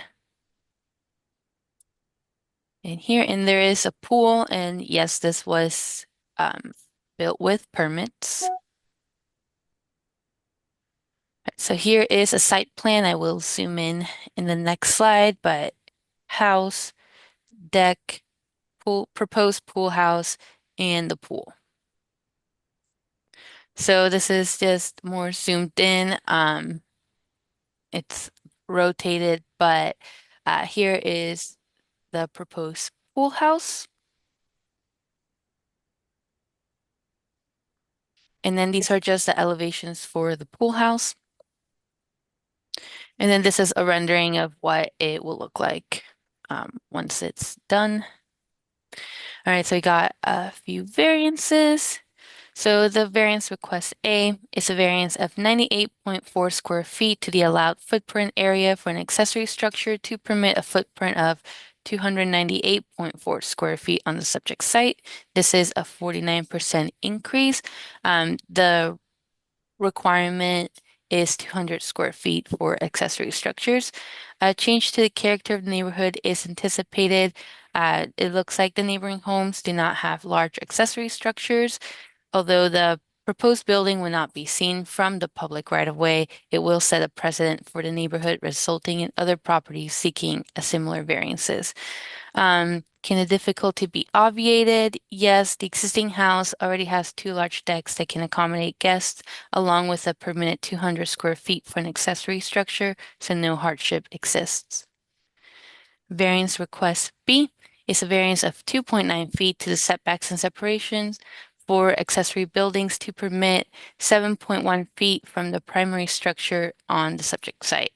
So the distance requirement from any accessory structure to the primary structure and any other structures is 10 feet. Change to the character of the neighborhood is anticipated. The lots in this neighborhood are large enough to accommodate the required 10-foot distance. The required distance aids in fire safety. If the pool house, the difficulty can be obviated if the pool house is reduced to 200 square feet. This setback variance would not be triggered nor needed. The building can also be pushed back 3 feet, or a change in design can obviate the need for this variance request. The hardship is self-imposed due to the homeowners wanting a larger pool house. And then this is the 7.1 distance. If pushed back, it will still meet the setback for this property line. And then this is the last variance request, a variance of 2.7 feet to the max allowed height for accessory structures to permit a height of 12.7 feet on the subject site. The requirement is 10 feet. A change to the character of the neighborhood is anticipated. So currently, to staff's knowledge, there are no accessory structures in this neighborhood that are taller than what is permitted. The difficulty can be obviated if the pool house is reduced to 200 square feet. The height variance would not be triggered nor needed. And again, the hardship is self-imposed due to the homeowners wanting a larger pool house. And then this is the height. Kansas City does height a bit different, where you go from the ground up here to the base of the roof, and then plus the midpoint where the roof is. So that's how we got the 12 feet. And that concludes my presentation. Board member, excuse me. Board members, any questions of Stephanie? Yeah, I do. Stephanie, it looks like the height of the house is much taller than this structure would be. And it also looks like that the structure wouldn't be visible from the street because the house would block the view of it. Is that correct? Yeah, it's in the backyard, so it wouldn't be seen. Okay. And Stephanie, can you show us the overhead picture one more time, or show me? Should I say the overhead? Thank you. Okay. Talking this one, like the site plan? No, keep on going up where you started. One more slide up. Another one. There you go. This one? Yep, that's the one. Okay. And use your mouse again. It's in that lower left-hand corner. Yeah. Yeah, so it'll be about around here. All right. Thank you for that. Any other questions of Miss Stephanie? All right. Is it Rod who's talking on the case today? It is. Okay, go ahead, Rod. Tell us why we should approve your request. No, I'd be glad to. It's the American dream. Buy some land, build your dream home on, and to meet all your personal and family needs. We look at ordinances as kind of a prescriptive approach to community planning to basically provide continuity in size, height, coverage, material of the facility. Obviously, it was pointed out the 7.1 foot does breach into a life safety issue, which from chatting with the owner, that adjustment could be made to accommodate the life safety. So we are just focusing in on the subjective natures of the structure. Our proposal is based more on a performance-based design approach as opposed to a prescriptive approach. What that basically means is you look at what the prescriptive approach allows, which at 200 square foot, you could effectively put a tough shed out here without needing any variance requirements, which would be fully enclosed. This pool cabana house is 50% open, primarily walled off to the closest adjacent neighborhood, both on privacy for the owner of this property as well as the adjacent owner. So it's twofold in doing that. With 50% open, we're looking at a 50% variance in both the footprint and the height to be consistent in the continuity of the ordinance itself. So even though we acknowledge the fact that we do not meet the prescriptive requirements, we are proposing this alternative for consideration. I would be curious to ask staff if they have received any negative comments from the Homes Association or any of the adjacent neighbors. And no, we have not received any communication from anyone in the neighborhood. Okay, another question is as a point of reference. Would ADU be allowed in this zoning district? Yes, an ADU is allowed. And what are the limits within the requirements for an ADU?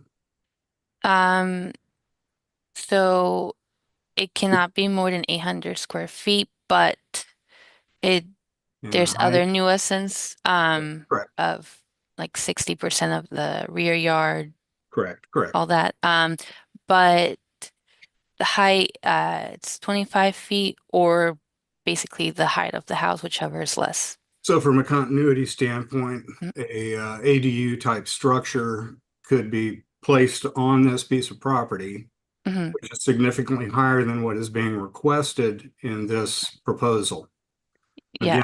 Again, we take no exception to the setback change. I would like to point out there is no chimney on this, so it is just the structure itself.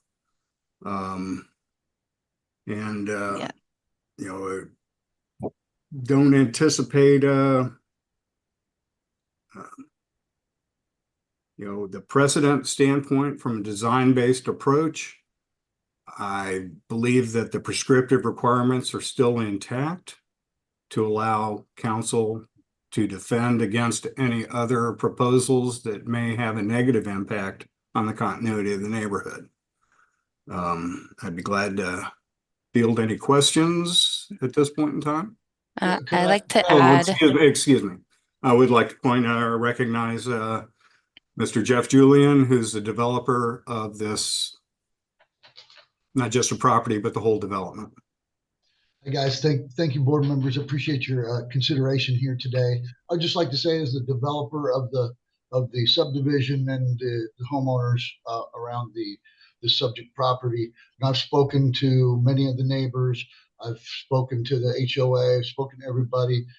I don't think anybody has any objection to this. There's lots of it's a quite large houses here, and I think the structure kind of fits within the guidelines of what looks appropriate.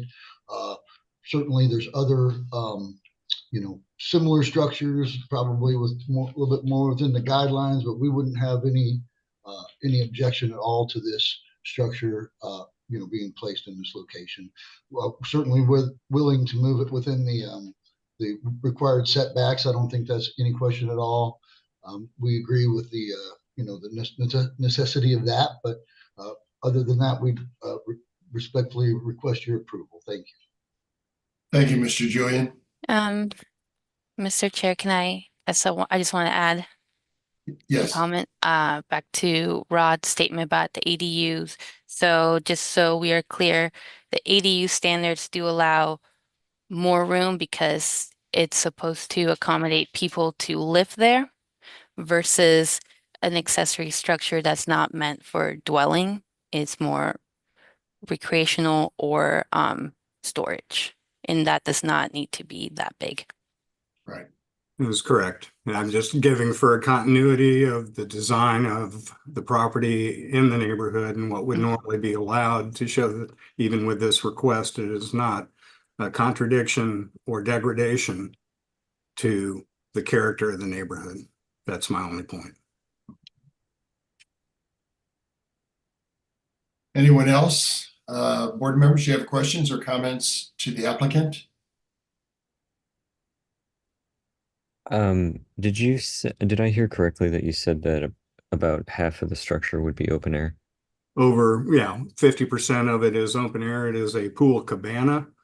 The size is probably dictated more for the inclusion of a fireplace. And if you look at a furniture arrangement just to get a small table and a sofa setup, or that kind of determines the size of it. The materials are replicated of the main structure with stone and board and bat siding.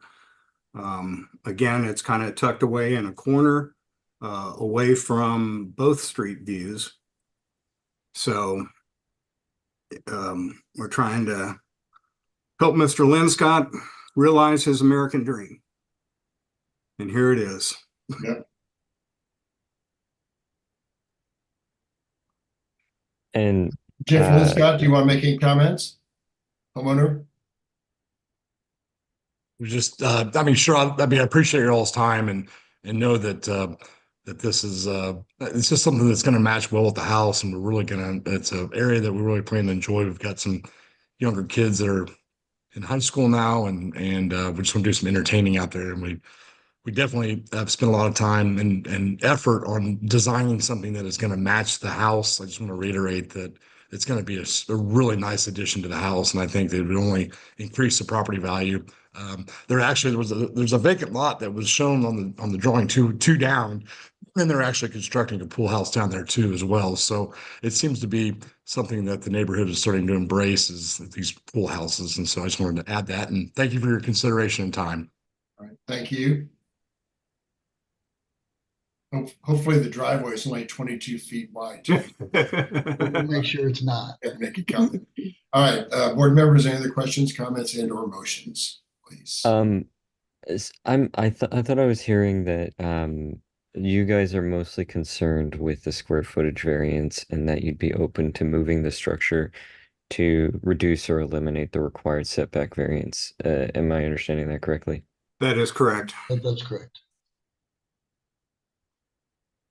I mean, I think if we can get closer to being in the code, that would be better. So, I mean, I'm not, I can see the argument for the square footage variance, but if we're able to move it elsewhere on the property to reduce or eliminate those setbacks, I would prefer that if we can. Okay. Well, there's three options or three discussions on the table. One is height, one is area, and the other is a setback. We've already reconciled the setback in the discussion. Right now, we're just looking at the area and the height, and yep.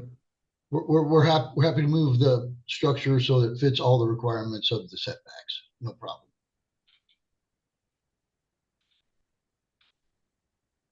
Okay.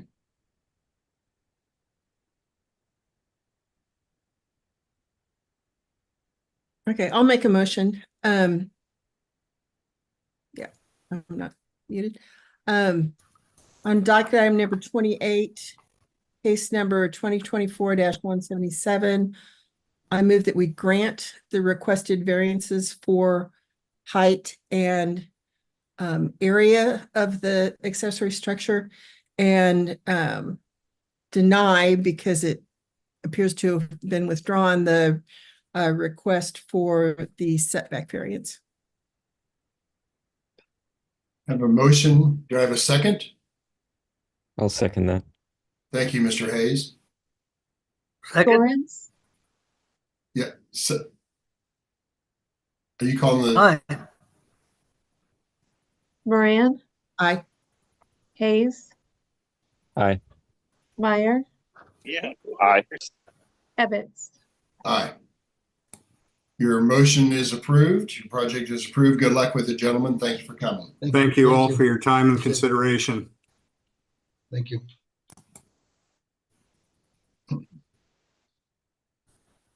Okay, docket item number 29 is CDSUP 2024-41, a request to approve a special use permit to allow one temporary modular building in District M1-5/US on about 8.7 acres, generally located at 7700 Northeast 38th Street. The staff planner presenting this case is Genevieve Cullen. We have Vickers B has raised their hand online. If there's anyone else in Austin Smith. If there's anyone else who would like to speak on this case, please raise your hand to be promoted to panelist and sworn in. There are no other hands raised online, so we have 2 people who have been promoted.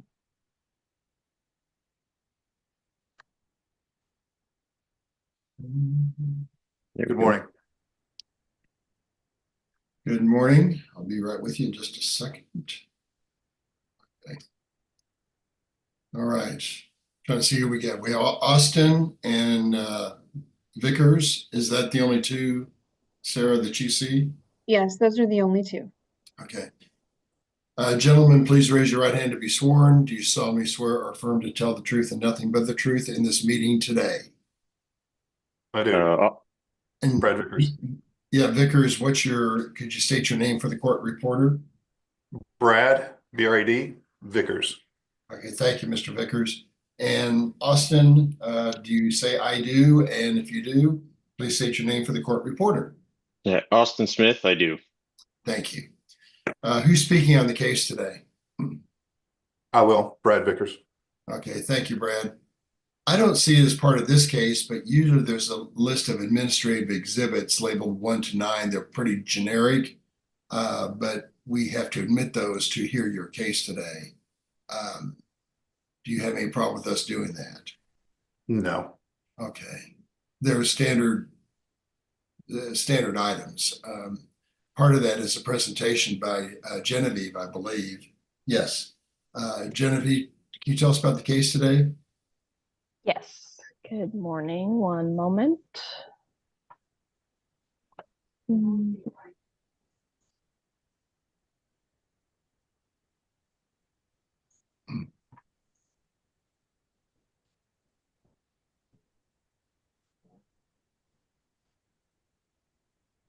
Okay. Are you able to see my presentation? Yes, ma'am. As stated, docket item number 29 is for a special use permit for a temporary modular building located at 7700 Northeast 38th Street. Site is generally located east of I-435 and just south of Worlds of Fun. Here is the subject site outlined in yellow. It's an existing warehousing, trucking, logistic center, typical for this area. In section 88-370-03 authorizes City Planning and Development Director to require that a temporary use request be processed as a special use permit in accordance with the special use permit standards.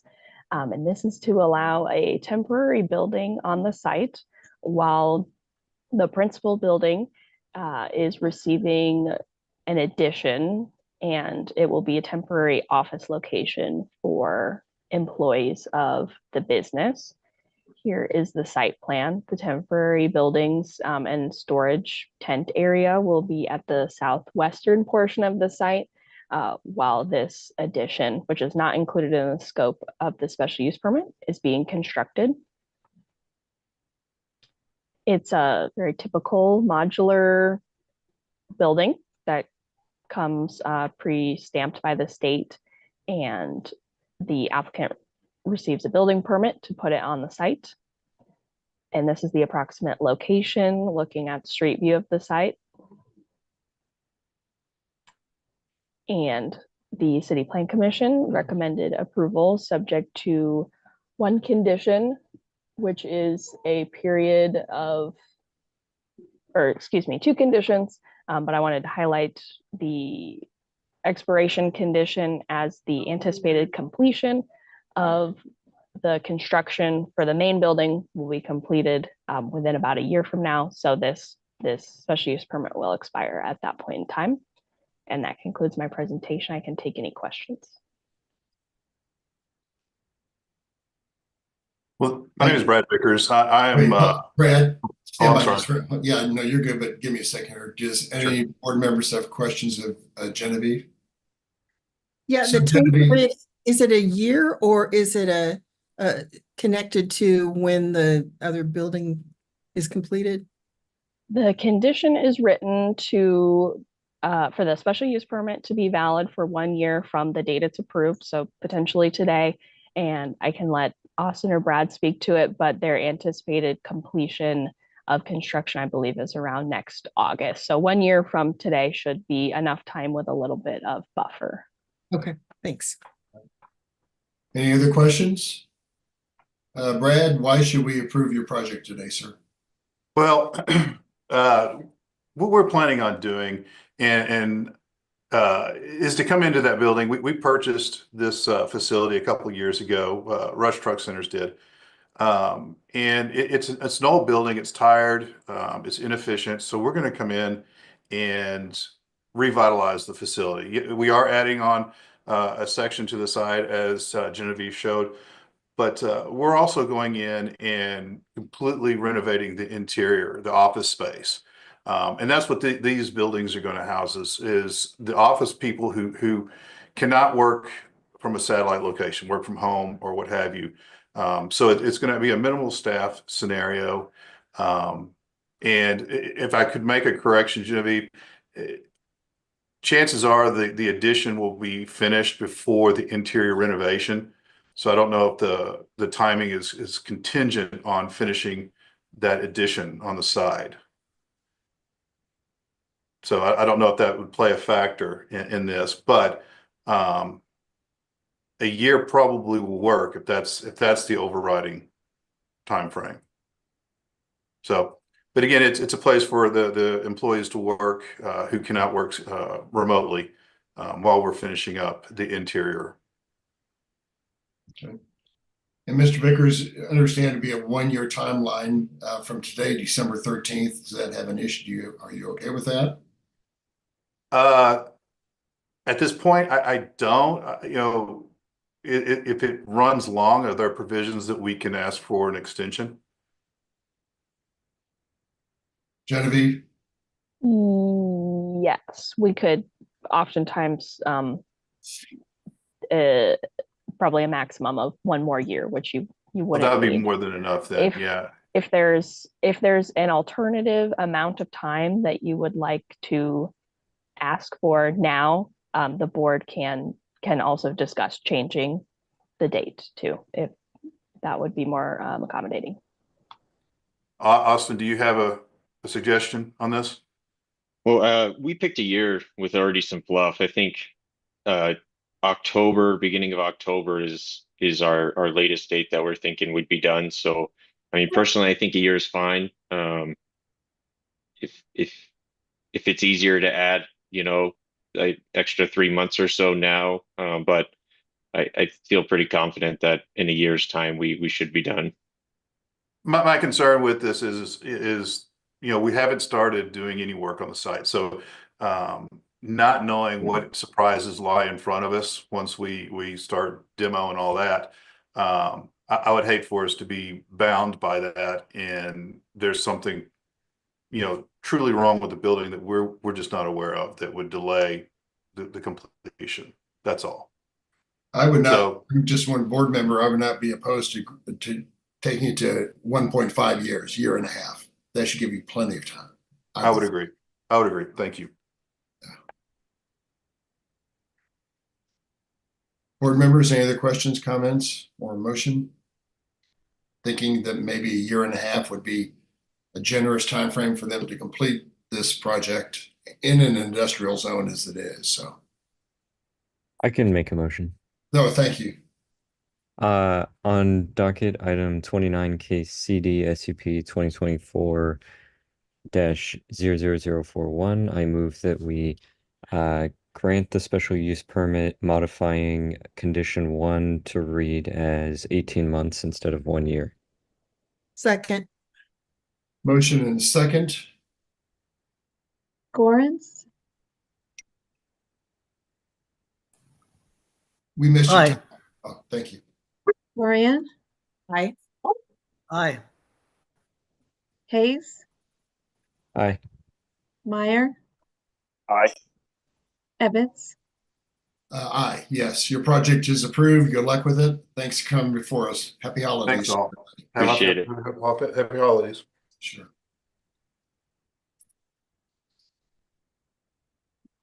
Docket item number 30 is case CD SUP 2024-43. A request to approve a special use permit for an existing school to add additional impervious vehicular use area in District R80 on about 9.6 acres generally located at 5704 North Northwood Road. Genevieve is the staff planner on this case. We have 2 hands raised online, Jim Rich and someone who's just named Wood. So you're both being promoted to panelist. If there's anyone else who would like to speak on this case, please raise your hand or press *9 on a telephone line. There are no other hands raised online. So you have 2 people who have been promoted for this case. Thank you. There we go. See both of you guys. Please raise your right hands to be sworn. Do you solemnly swear or affirm to tell the truth and nothing but the truth in this meeting today? I do. And Mr. Wood, could you please state your name for the court reporter? Yes, David Wood with Caw Valley Engineering. Thank you, Mr. Wood. And Jim Rich, I do with Park Hill School District. thank you, Mr. Rich. Who's speaking on your case today? I will. Was that Dave? Okay, thank Yep. you, David. 1 second here. There are lists of administrative exhibits labeled 1 to 9 that we ask to be admitted to hear your case today. Do you have any questions on those, or do we have your permission to admit them? No questions, and yes, we can admit them. Okay, thank you. Part of that is a presentation by Genevieve. Genevieve, tell us about this case, please.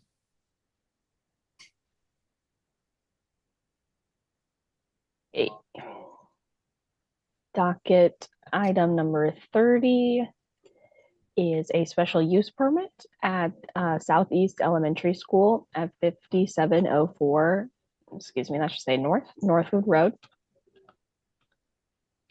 Site is located in the Northland in the Park Hill School District. Here is the subject site outlined in yellow. This is the site plan for the proposed improvements on the site.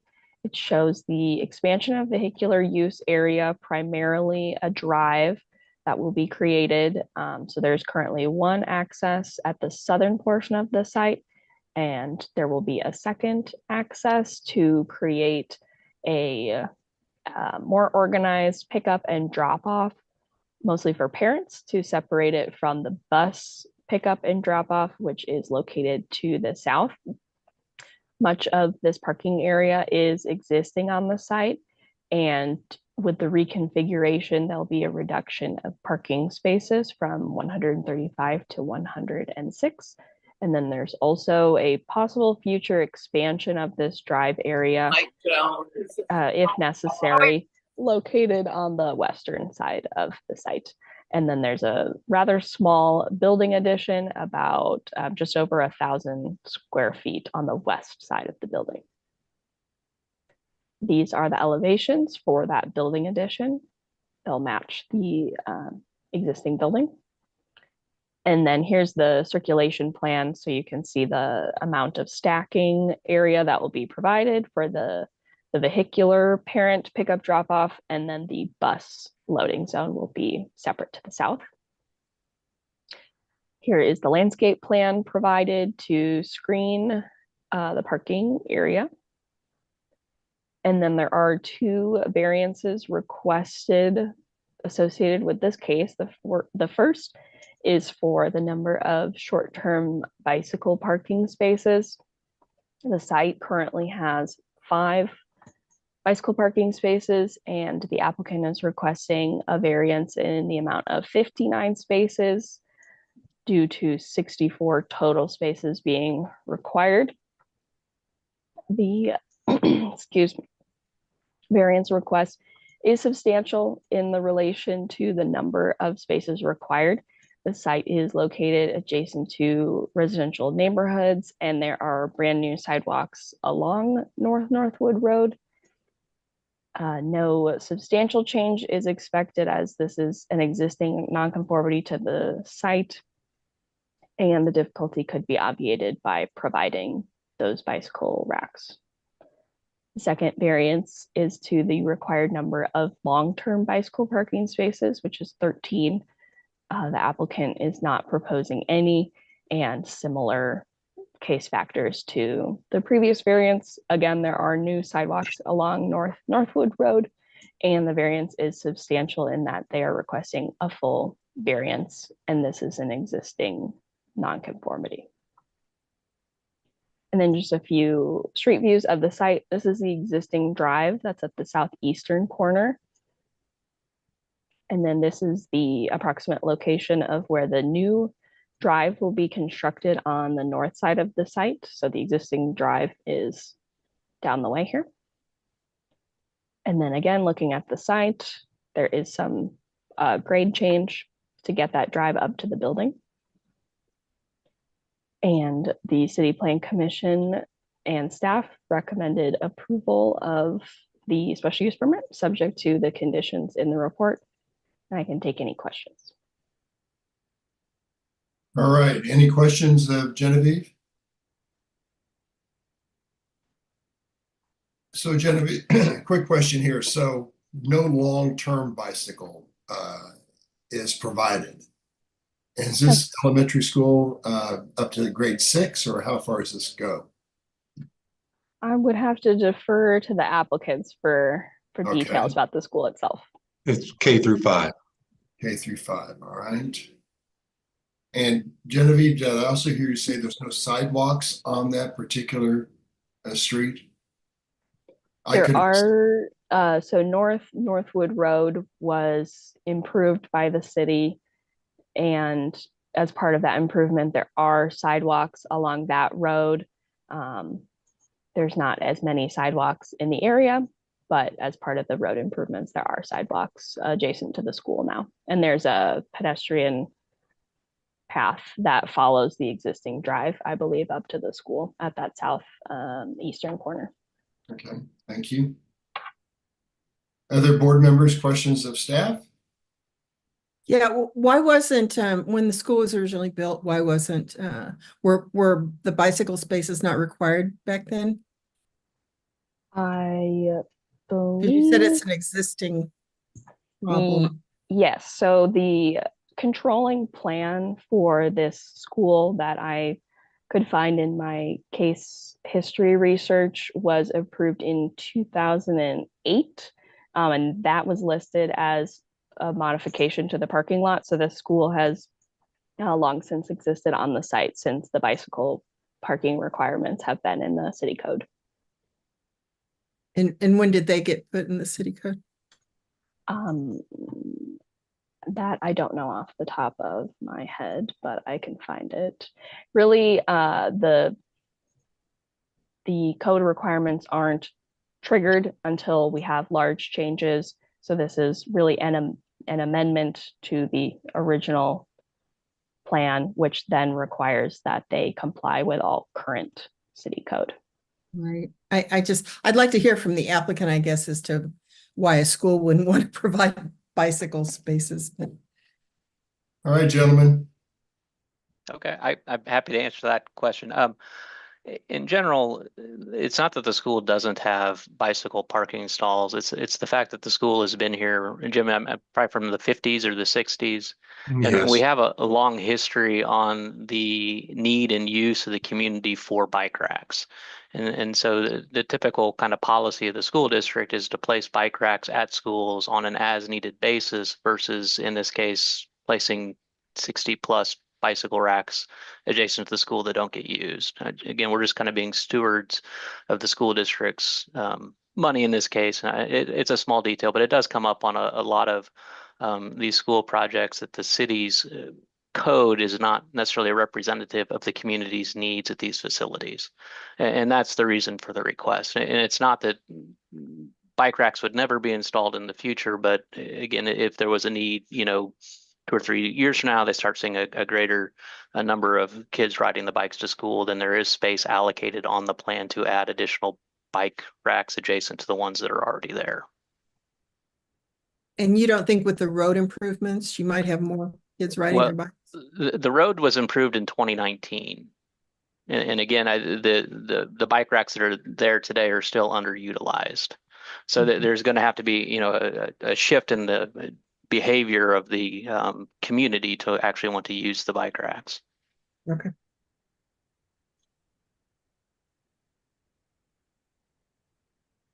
So gentlemen, why should we approve your request today? Maybe you've already said that.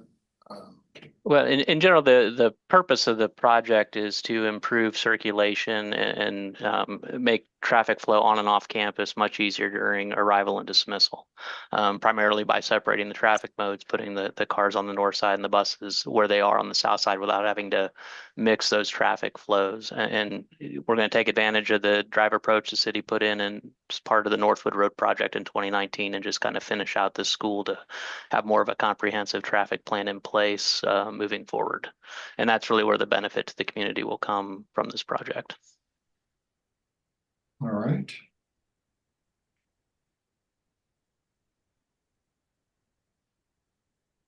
There were a list of administrative exhibits, but not some exhibits from the City Planning Commission. Did I read that right? I might not have read that right. If you're referring to the 15. conditions, Yeah. yes, we've kind of worked through those with staff. I mean, they're typical on the project of this scale and magnitude, and we'll be addressing those as we go through permitting. Okay. Board members, any other questions? Mr. Rich, do you want to comment on anything? No, David, as always, has done a fantastic job. All right, thank you.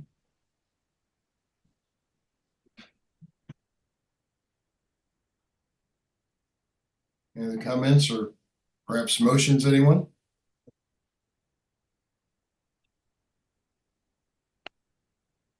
I'll make a motion on docket item number 30, case number 2024-43. I move that we grant the request for the special use permit, the 2 variances that are being requested in accordance with the site plan and staff report. Perfect. I'll second. Thank you. I think that's Meyer. Please call the roll. Mr. Gorens? Aye. Ms. Moran? Did you hear me? Yes, we heard you. Thank you. Hayes? Aye. Meyer? Aye. Ebbets? Aye. Your project is approved. Good luck with it, gentlemen. I think we see you at the next case. Yes, thank you. Docket item number 31 is CD SUP 2024-44. A request to approve a special use permit to allow the continued temporary use of one modular building in District R 7.5 on about 10 acres, generally located at 7100 North Chatham Avenue. We do have an additional hand raised online from Ryan Walters. If there's anyone else who would like to speak on this case, you can press *9 on your phone line. Mr. Walters is rejoining as a panelist. All right. And let me find him here. There he is. Ryan, turn on your camera and microphone, please. There you are. So Mr. Rich, Mr. Wood, and Mr. Walters are going to swear you in for this case. Please raise your right hands to be sworn. Do you solemnly swear or affirm to tell the truth and nothing but the truth in this meeting today? Yes. Ryan, if you agree, say your name for the court reporter. This is Ryan Walters with Hollis Miller Architects, and I do. Thank you. Mr. Wood? I do. Same thing, name for the court reporter, sorry. David Wood, Cal Valley Engineering. Thank you. Mr. Rich? Jim Rich, Park Hill School District, I do. Thank you. And Mr. Wood, are you speaking or Mr. Walters on this case? I'll just defer to Ryan on this case. I'm just hanging around. Okay, great. I'll speak. Thank you. Mr. Walters, there's a list of administrative exhibits labeled 1 to 9 that we need to admit for your hearing today. Do you have any comments, questions, or objections to that? Nope, sounds good. Sounds great. Part of that is a presentation. Those are admitted. Part of that is a presentation by Genevieve Kahn. Genevieve, tell us about the case.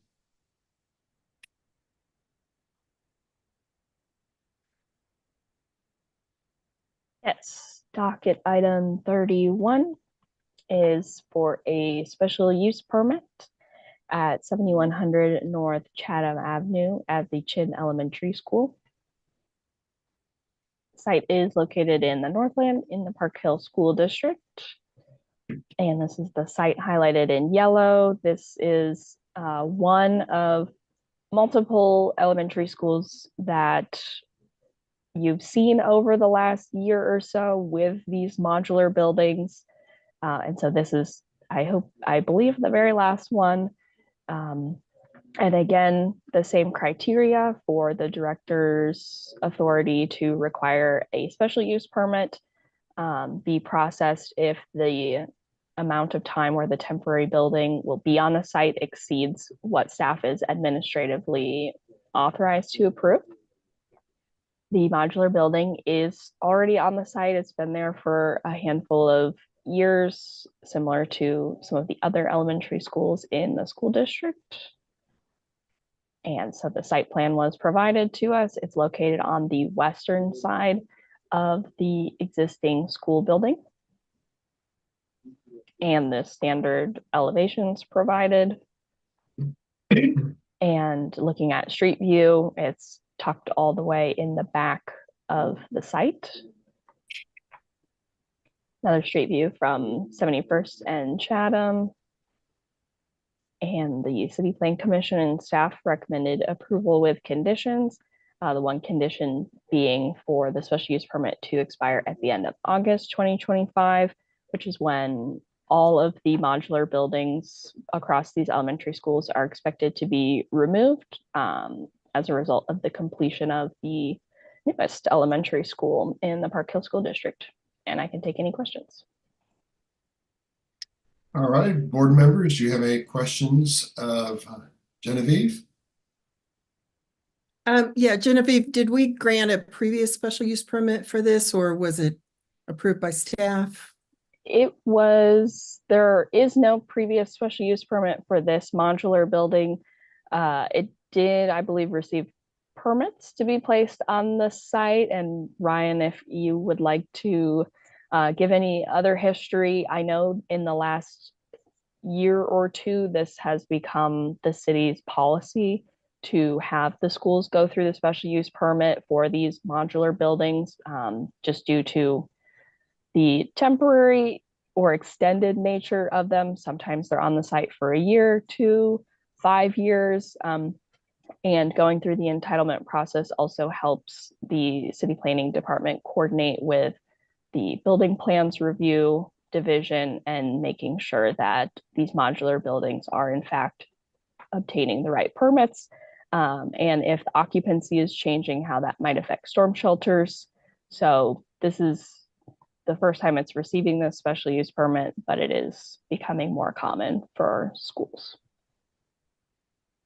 Yeah, I guess if I could add to that, as we worked through with the city and the various departments, the procedure that they want us to move through planning and the CPC and the BZA as a way to better keep track that everything is kind of being completely documented correctly, as well as on schedule for removal, as obviously none of these are intended for long-term use by any school district or Park Hill. So this is the last, I think, modular building in the Park Hill School District that has been kind of caught up in these changing of policies. So more or less, this is just trying to make sure that we have all the documentation correct. And then in the future, if the district needs a modular classroom due to some sort of shift in student population at a particular site, you'll see us come back if that's the right strategy and go through all those proper channels. And so at that point, we would be asking for a time frame as recommended by CPC, all those sorts of things. But in this case, as Genevieve mentioned, we'll complete Angeline Washington Elementary in July. And this would allow staff ratios and standards of education to maintain at this existing school. All right. Board members, any other questions? So again, Mr. William or Walters, excuse me, this particular modular building has been there for a period of time, more than just a year or two, I'm guessing, but its sunset is August of this year. Correct. This through this procedure, what everyone is saying is August of this year, this building will be leaving the campus and will be no longer needed here. And Mr. Walters, any comments on the special use conditions that are proposed by CPC? None? None. Okay. Great. Board members, questions and or comments or motion?